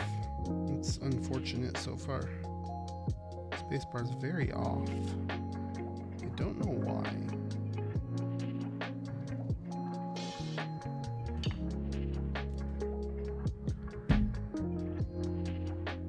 Might have to not use this set because I know the IFK one sounded really good. This one might not sound the best as a 7.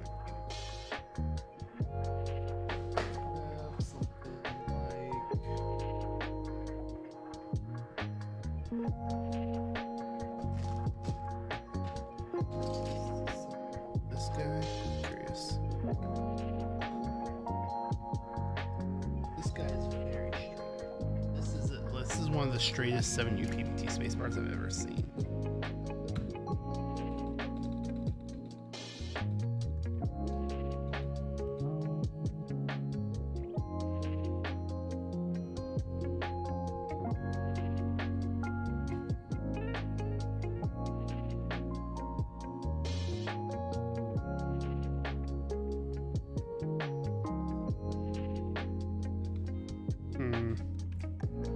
It's not the spacebar, that I know. Try and get a little bit more up in some of these spots here. Looking good.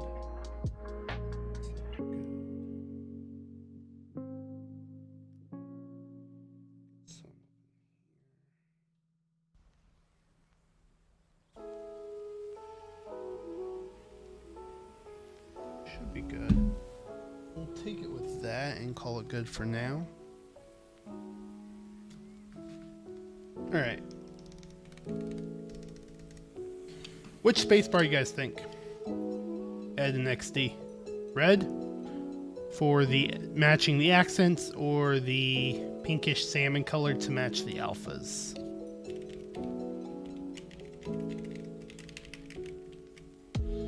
What are we thinking for spacebar?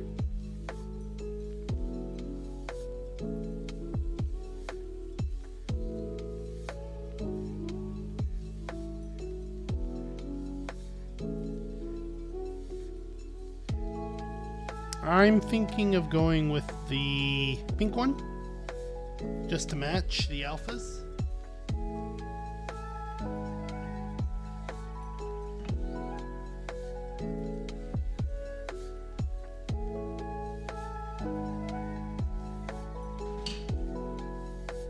They're both nice and straight.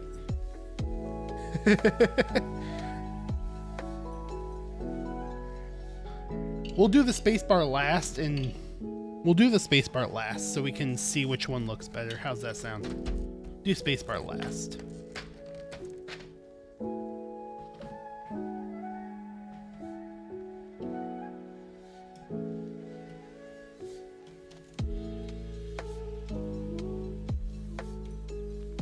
Still might need to work on the spacebar after stream. It's not quite sounding right. Now that could be partially because of the switches, but I can't tell if I'm hearing a slight tick or not. But we'll see when we get everything on and typing on it what we think of the sound of the spacebar.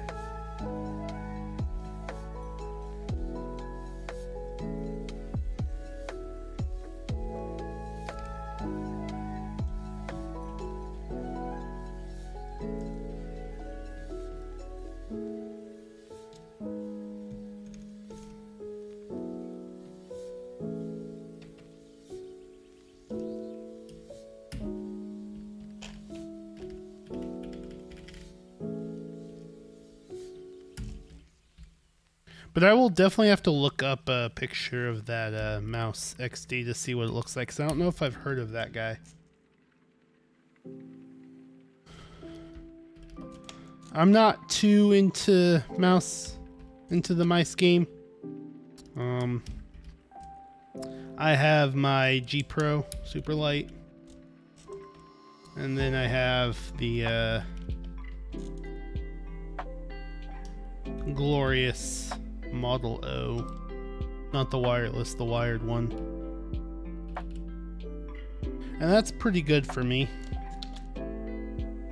I obviously like the wireless one just a little bit more than the glorious Model O, but I also like the Model O, so.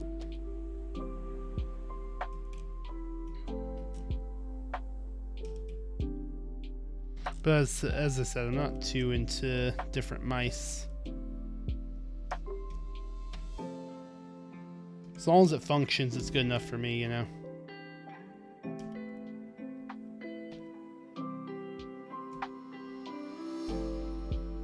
Okay.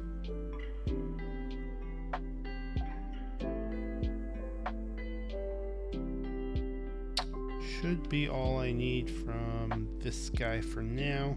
Actually, let's go and grab these keys.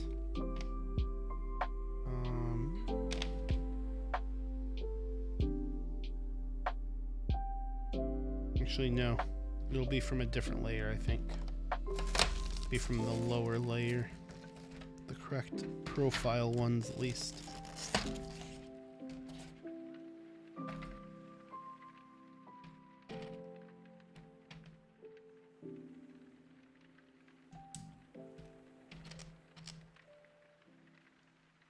Up. Page down. And I don't think there was an end, which was really weird, so we're just going to throw another delete on here.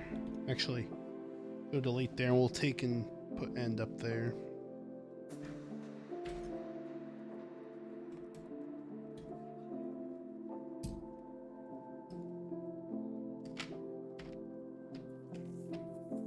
Put end up here.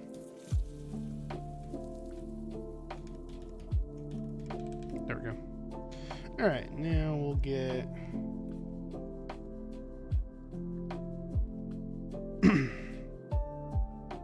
this guy here.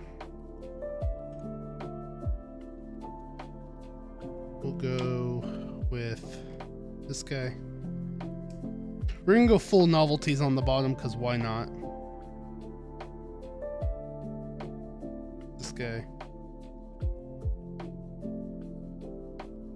this guy.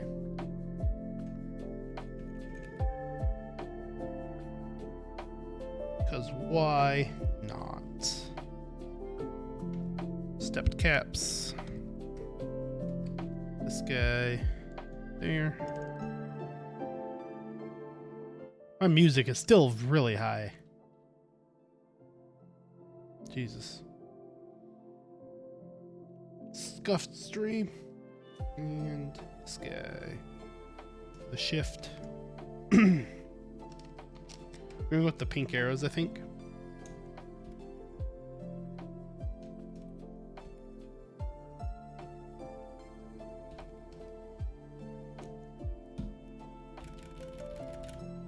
All right.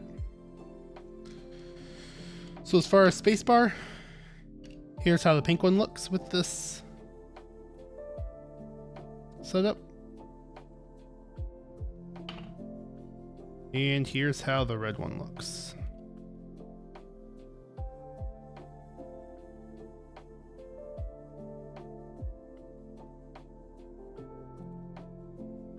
What are the opinions? What are we thinking? Pink or red? The red really stands out because it's the accent color. But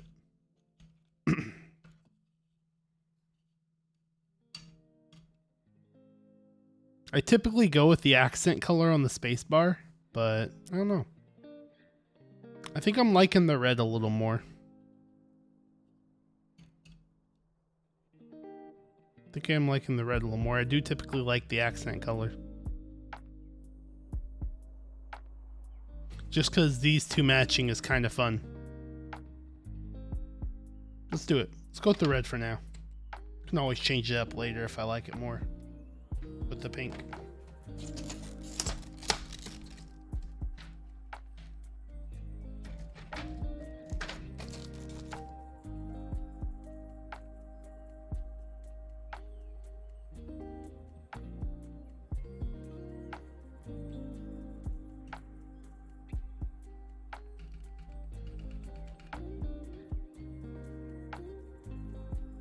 All right.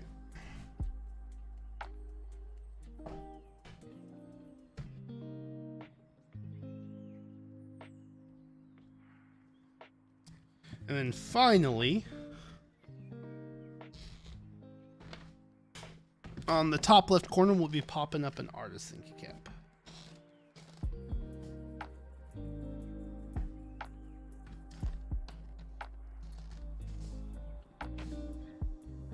Yes, it does. That's why I typically like the red spacebar on this.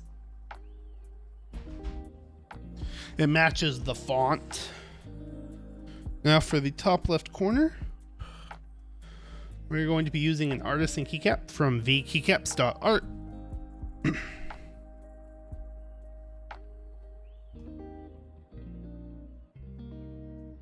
It is an owl keycap.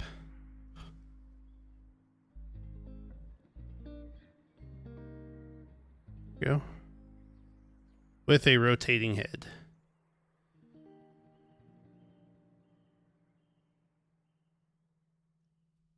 So we'll be popping that up here in the corner. And there we go. That's the correct way. Yes, that's on the correct way. Cool.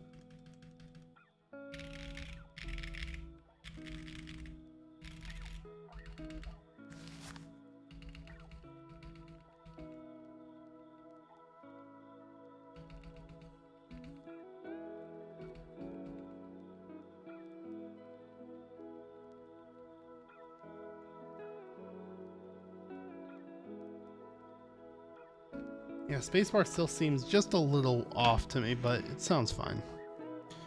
Artisan color is also on point. Yes, it is.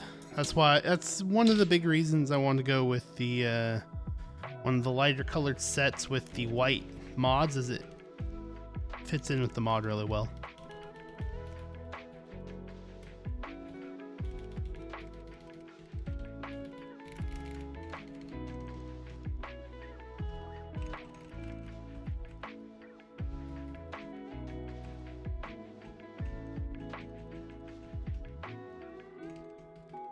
Okay, I'm not gonna lie.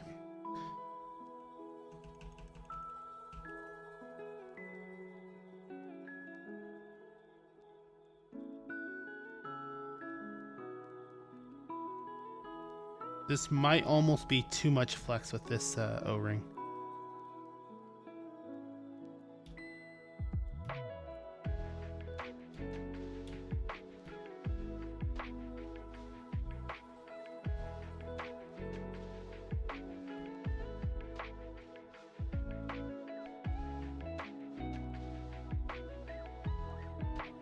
I can feel it bottoming out in spots, in the corners especially. Bottom lower corners. This guy.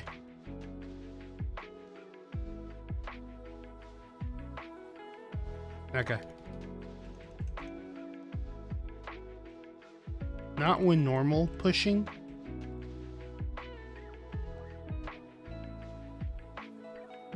But I can definitely hear it bottom out. Alright, let's do a quick sound test of this bad boy though. So this is a Bakeneko65. We have the MilkyWay 02 keycaps on it. For switches, we got the Harimau switches with only the springs lubed, bottom housing and stem is not lubed, and desk key switch films. And then we have the Hype Keyboards FR4 half plate. So let's go ahead and get this set up and we'll do a quick sound test.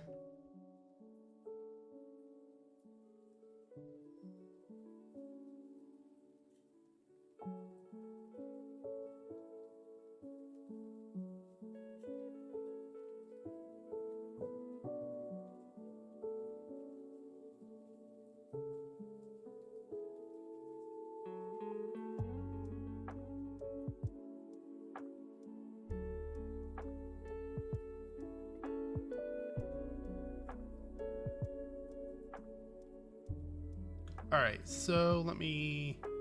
Noise gate's going to go off, so you are going to hear some background noise.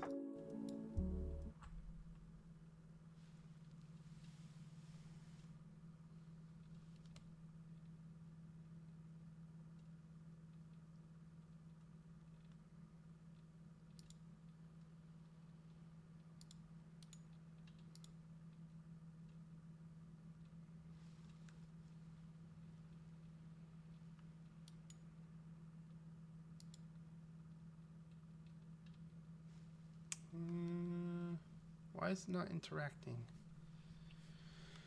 Monkey type is having a slight bit of difficulties for me here. Come on.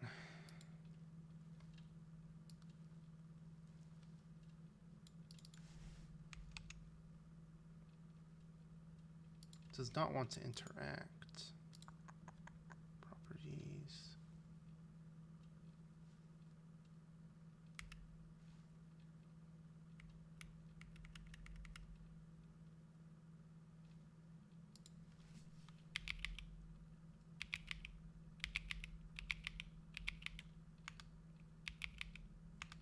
What the heck do we have here?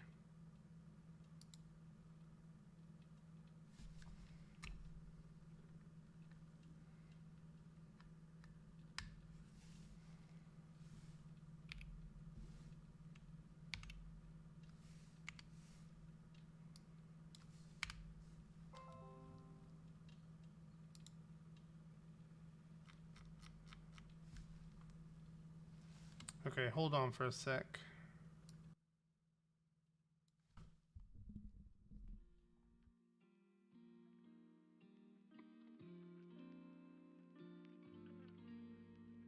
Wondering if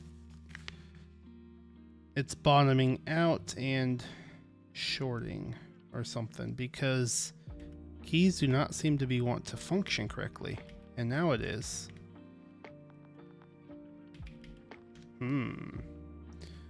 Wondering if it's bottoming out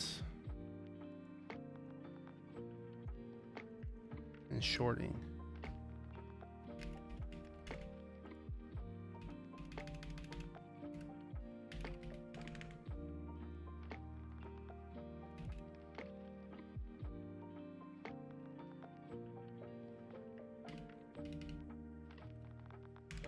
because it was acting like this key was shorting.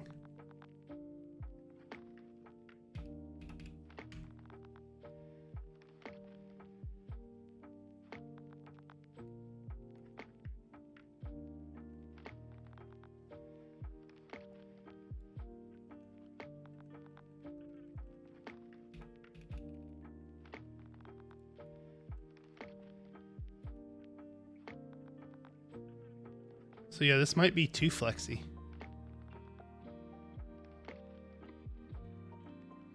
This might be too flexy of a O-ring, not gonna lie. So let's go to the other O-ring. I think we are bottoming out here in this corner. It's causing some issues with the control key.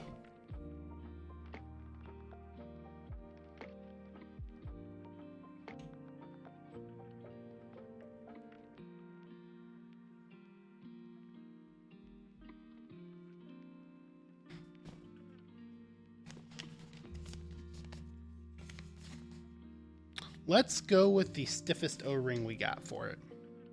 That's this guy. This guy's second, or is this? No, it's this guy. This is the medium one, the 50A. This is the 30A. And then this is the 70A. Let's go with the 70A. I want to give it a little stiffer since we have that half plate. And it's getting a little more flex.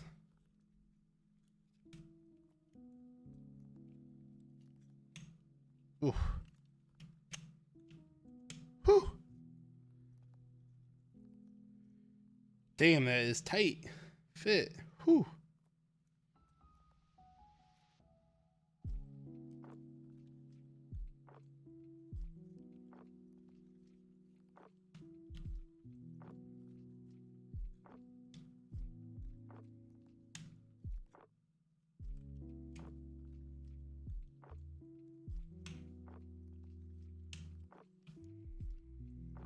Alright, so let me pull the escape key off.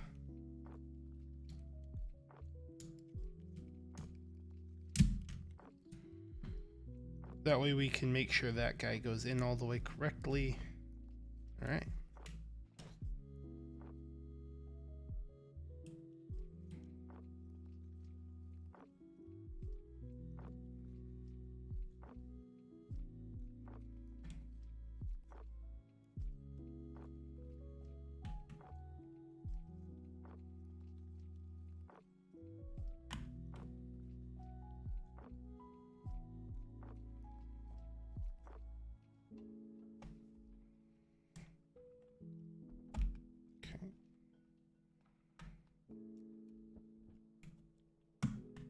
Come on.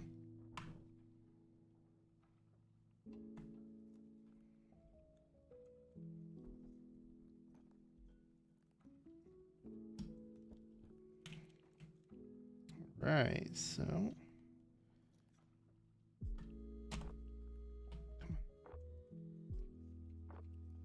There we go.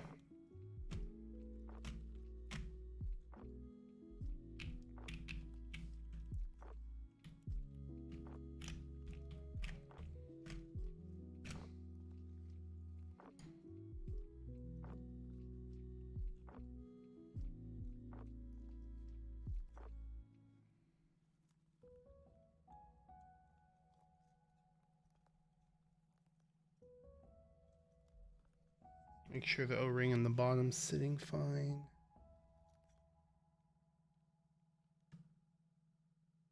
Yeah, it looks fine. Looks fine to me.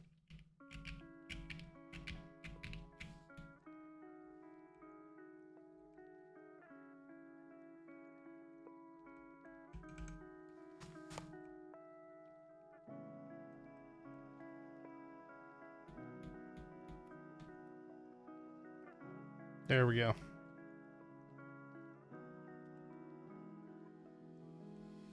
Takes a lot more effort to get it to bottom out over here. I can still get it to bottom out, but it's a lot harder, which is ultimately what I want. So that's good. Perfect. Perfect. All right, now let's double check on here. Let's open that. Just to double check.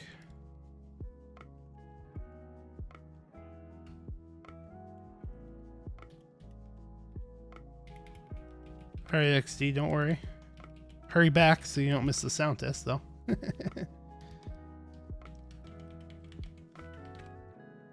So we will be doing that shortly. All right, let's get the escape key put back.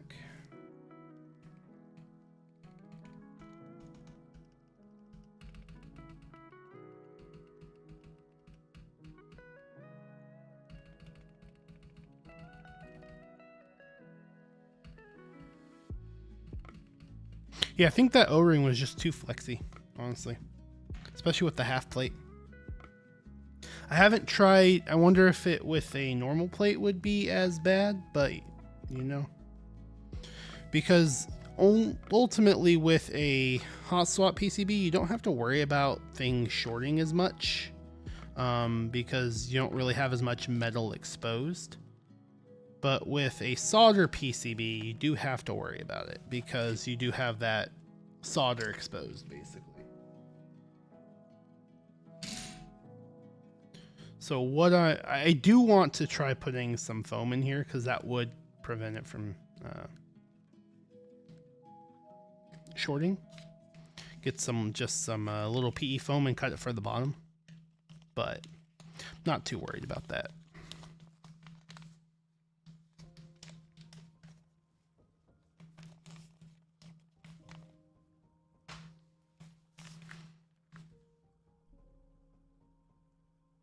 All right, so let's try the sound test again. All right, so as I mentioned, this is a Bakeneko65 with the FR4 half plate from Hype Keyboards. It has the Harimau switches that are filmed and only the springs lubed. The housings and stem are dry. And we have the MilkyWay 02 keycaps with the Owly Artisan from Keycaps.art.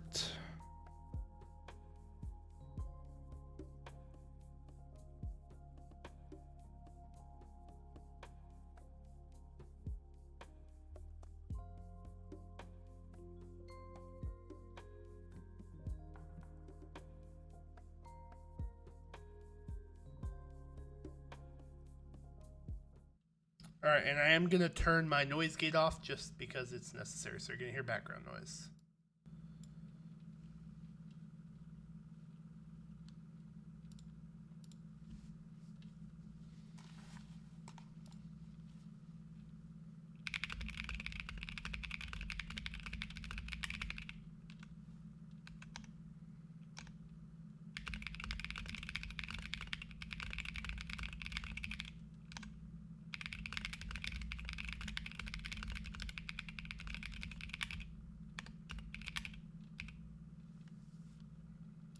All right, we're going to do a minute-long type test.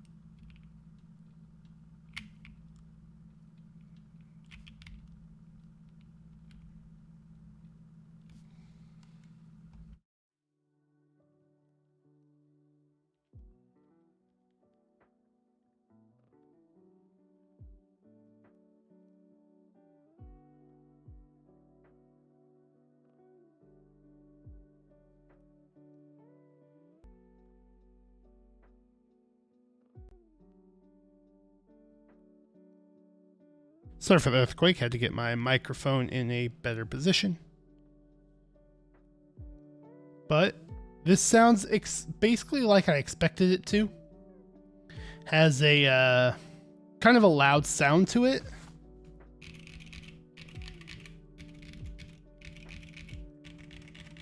Those alphas sound really nice though.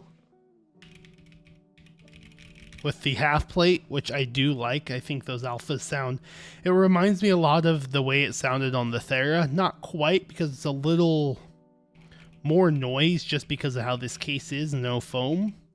But it reminds me how it feels and sounded on the Thera, honestly. Those alphas. So, and that's what we were hoping for. And it looks like soldering wise, there are no keys I need to fix. Everything looks pretty straight. Looks like I could work on this caps lock just a touch. Other than that, everything looks nice and good. So that's always a bonus.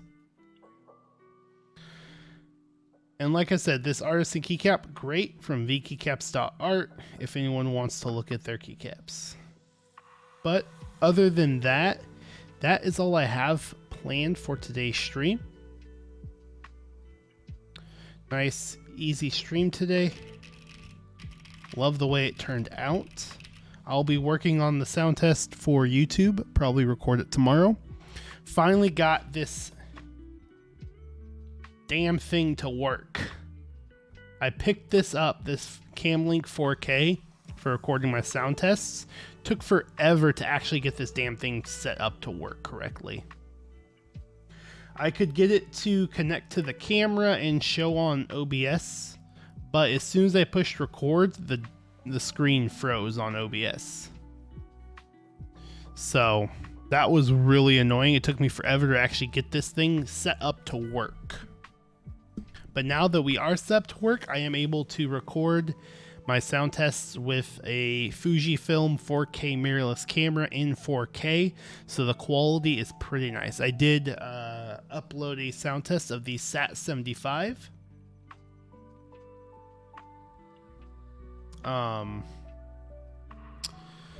I did record the SAT75 with this cam link, and it looks fantastic. So if anyone wants to go check out that quality, it is up on my YouTube. You like the spacebar, or are you going to work on it? I have to admit, it sounds better with the less flexier O-ring for some reason. So I think what I was hearing was the PCB plate assembly rattling in there a little bit based on how much flex there was. I think that was more what I was hearing. What did you think of the spacebar when we got to it?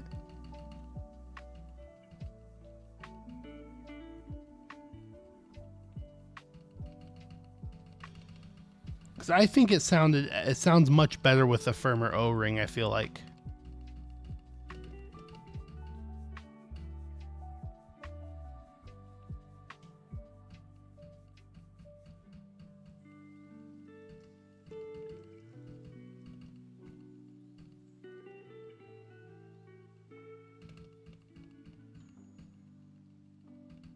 Yeah, because with this O-ring, it sounds much better than it did with the other O-ring.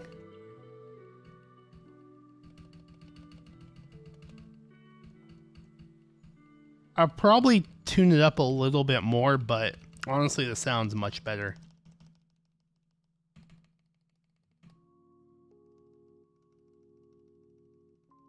And I think that goes for the enter and the left shift as well.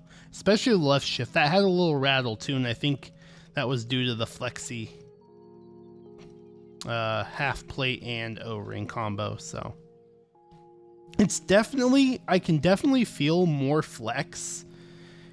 I felt a ton more flex with the half plate and the 30A O-ring than I did with the full plate and the 30A on the hot swap. Definitely feeling a ton more flex. You can even see it here in the alphas.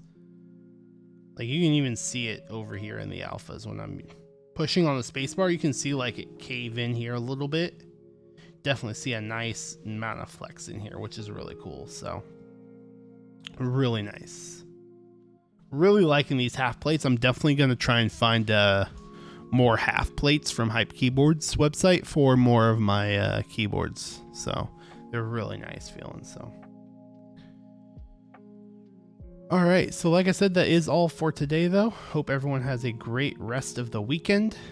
We'll be back on Tuesday with another stream, probably playing some games, but we'll see if there's anything to do keyboard wise too. So check out my Twitter. I'll post an update tomorrow on what we're going to do for the week. Other than that, everyone have a great weekend, and we'll see everyone on Tuesday.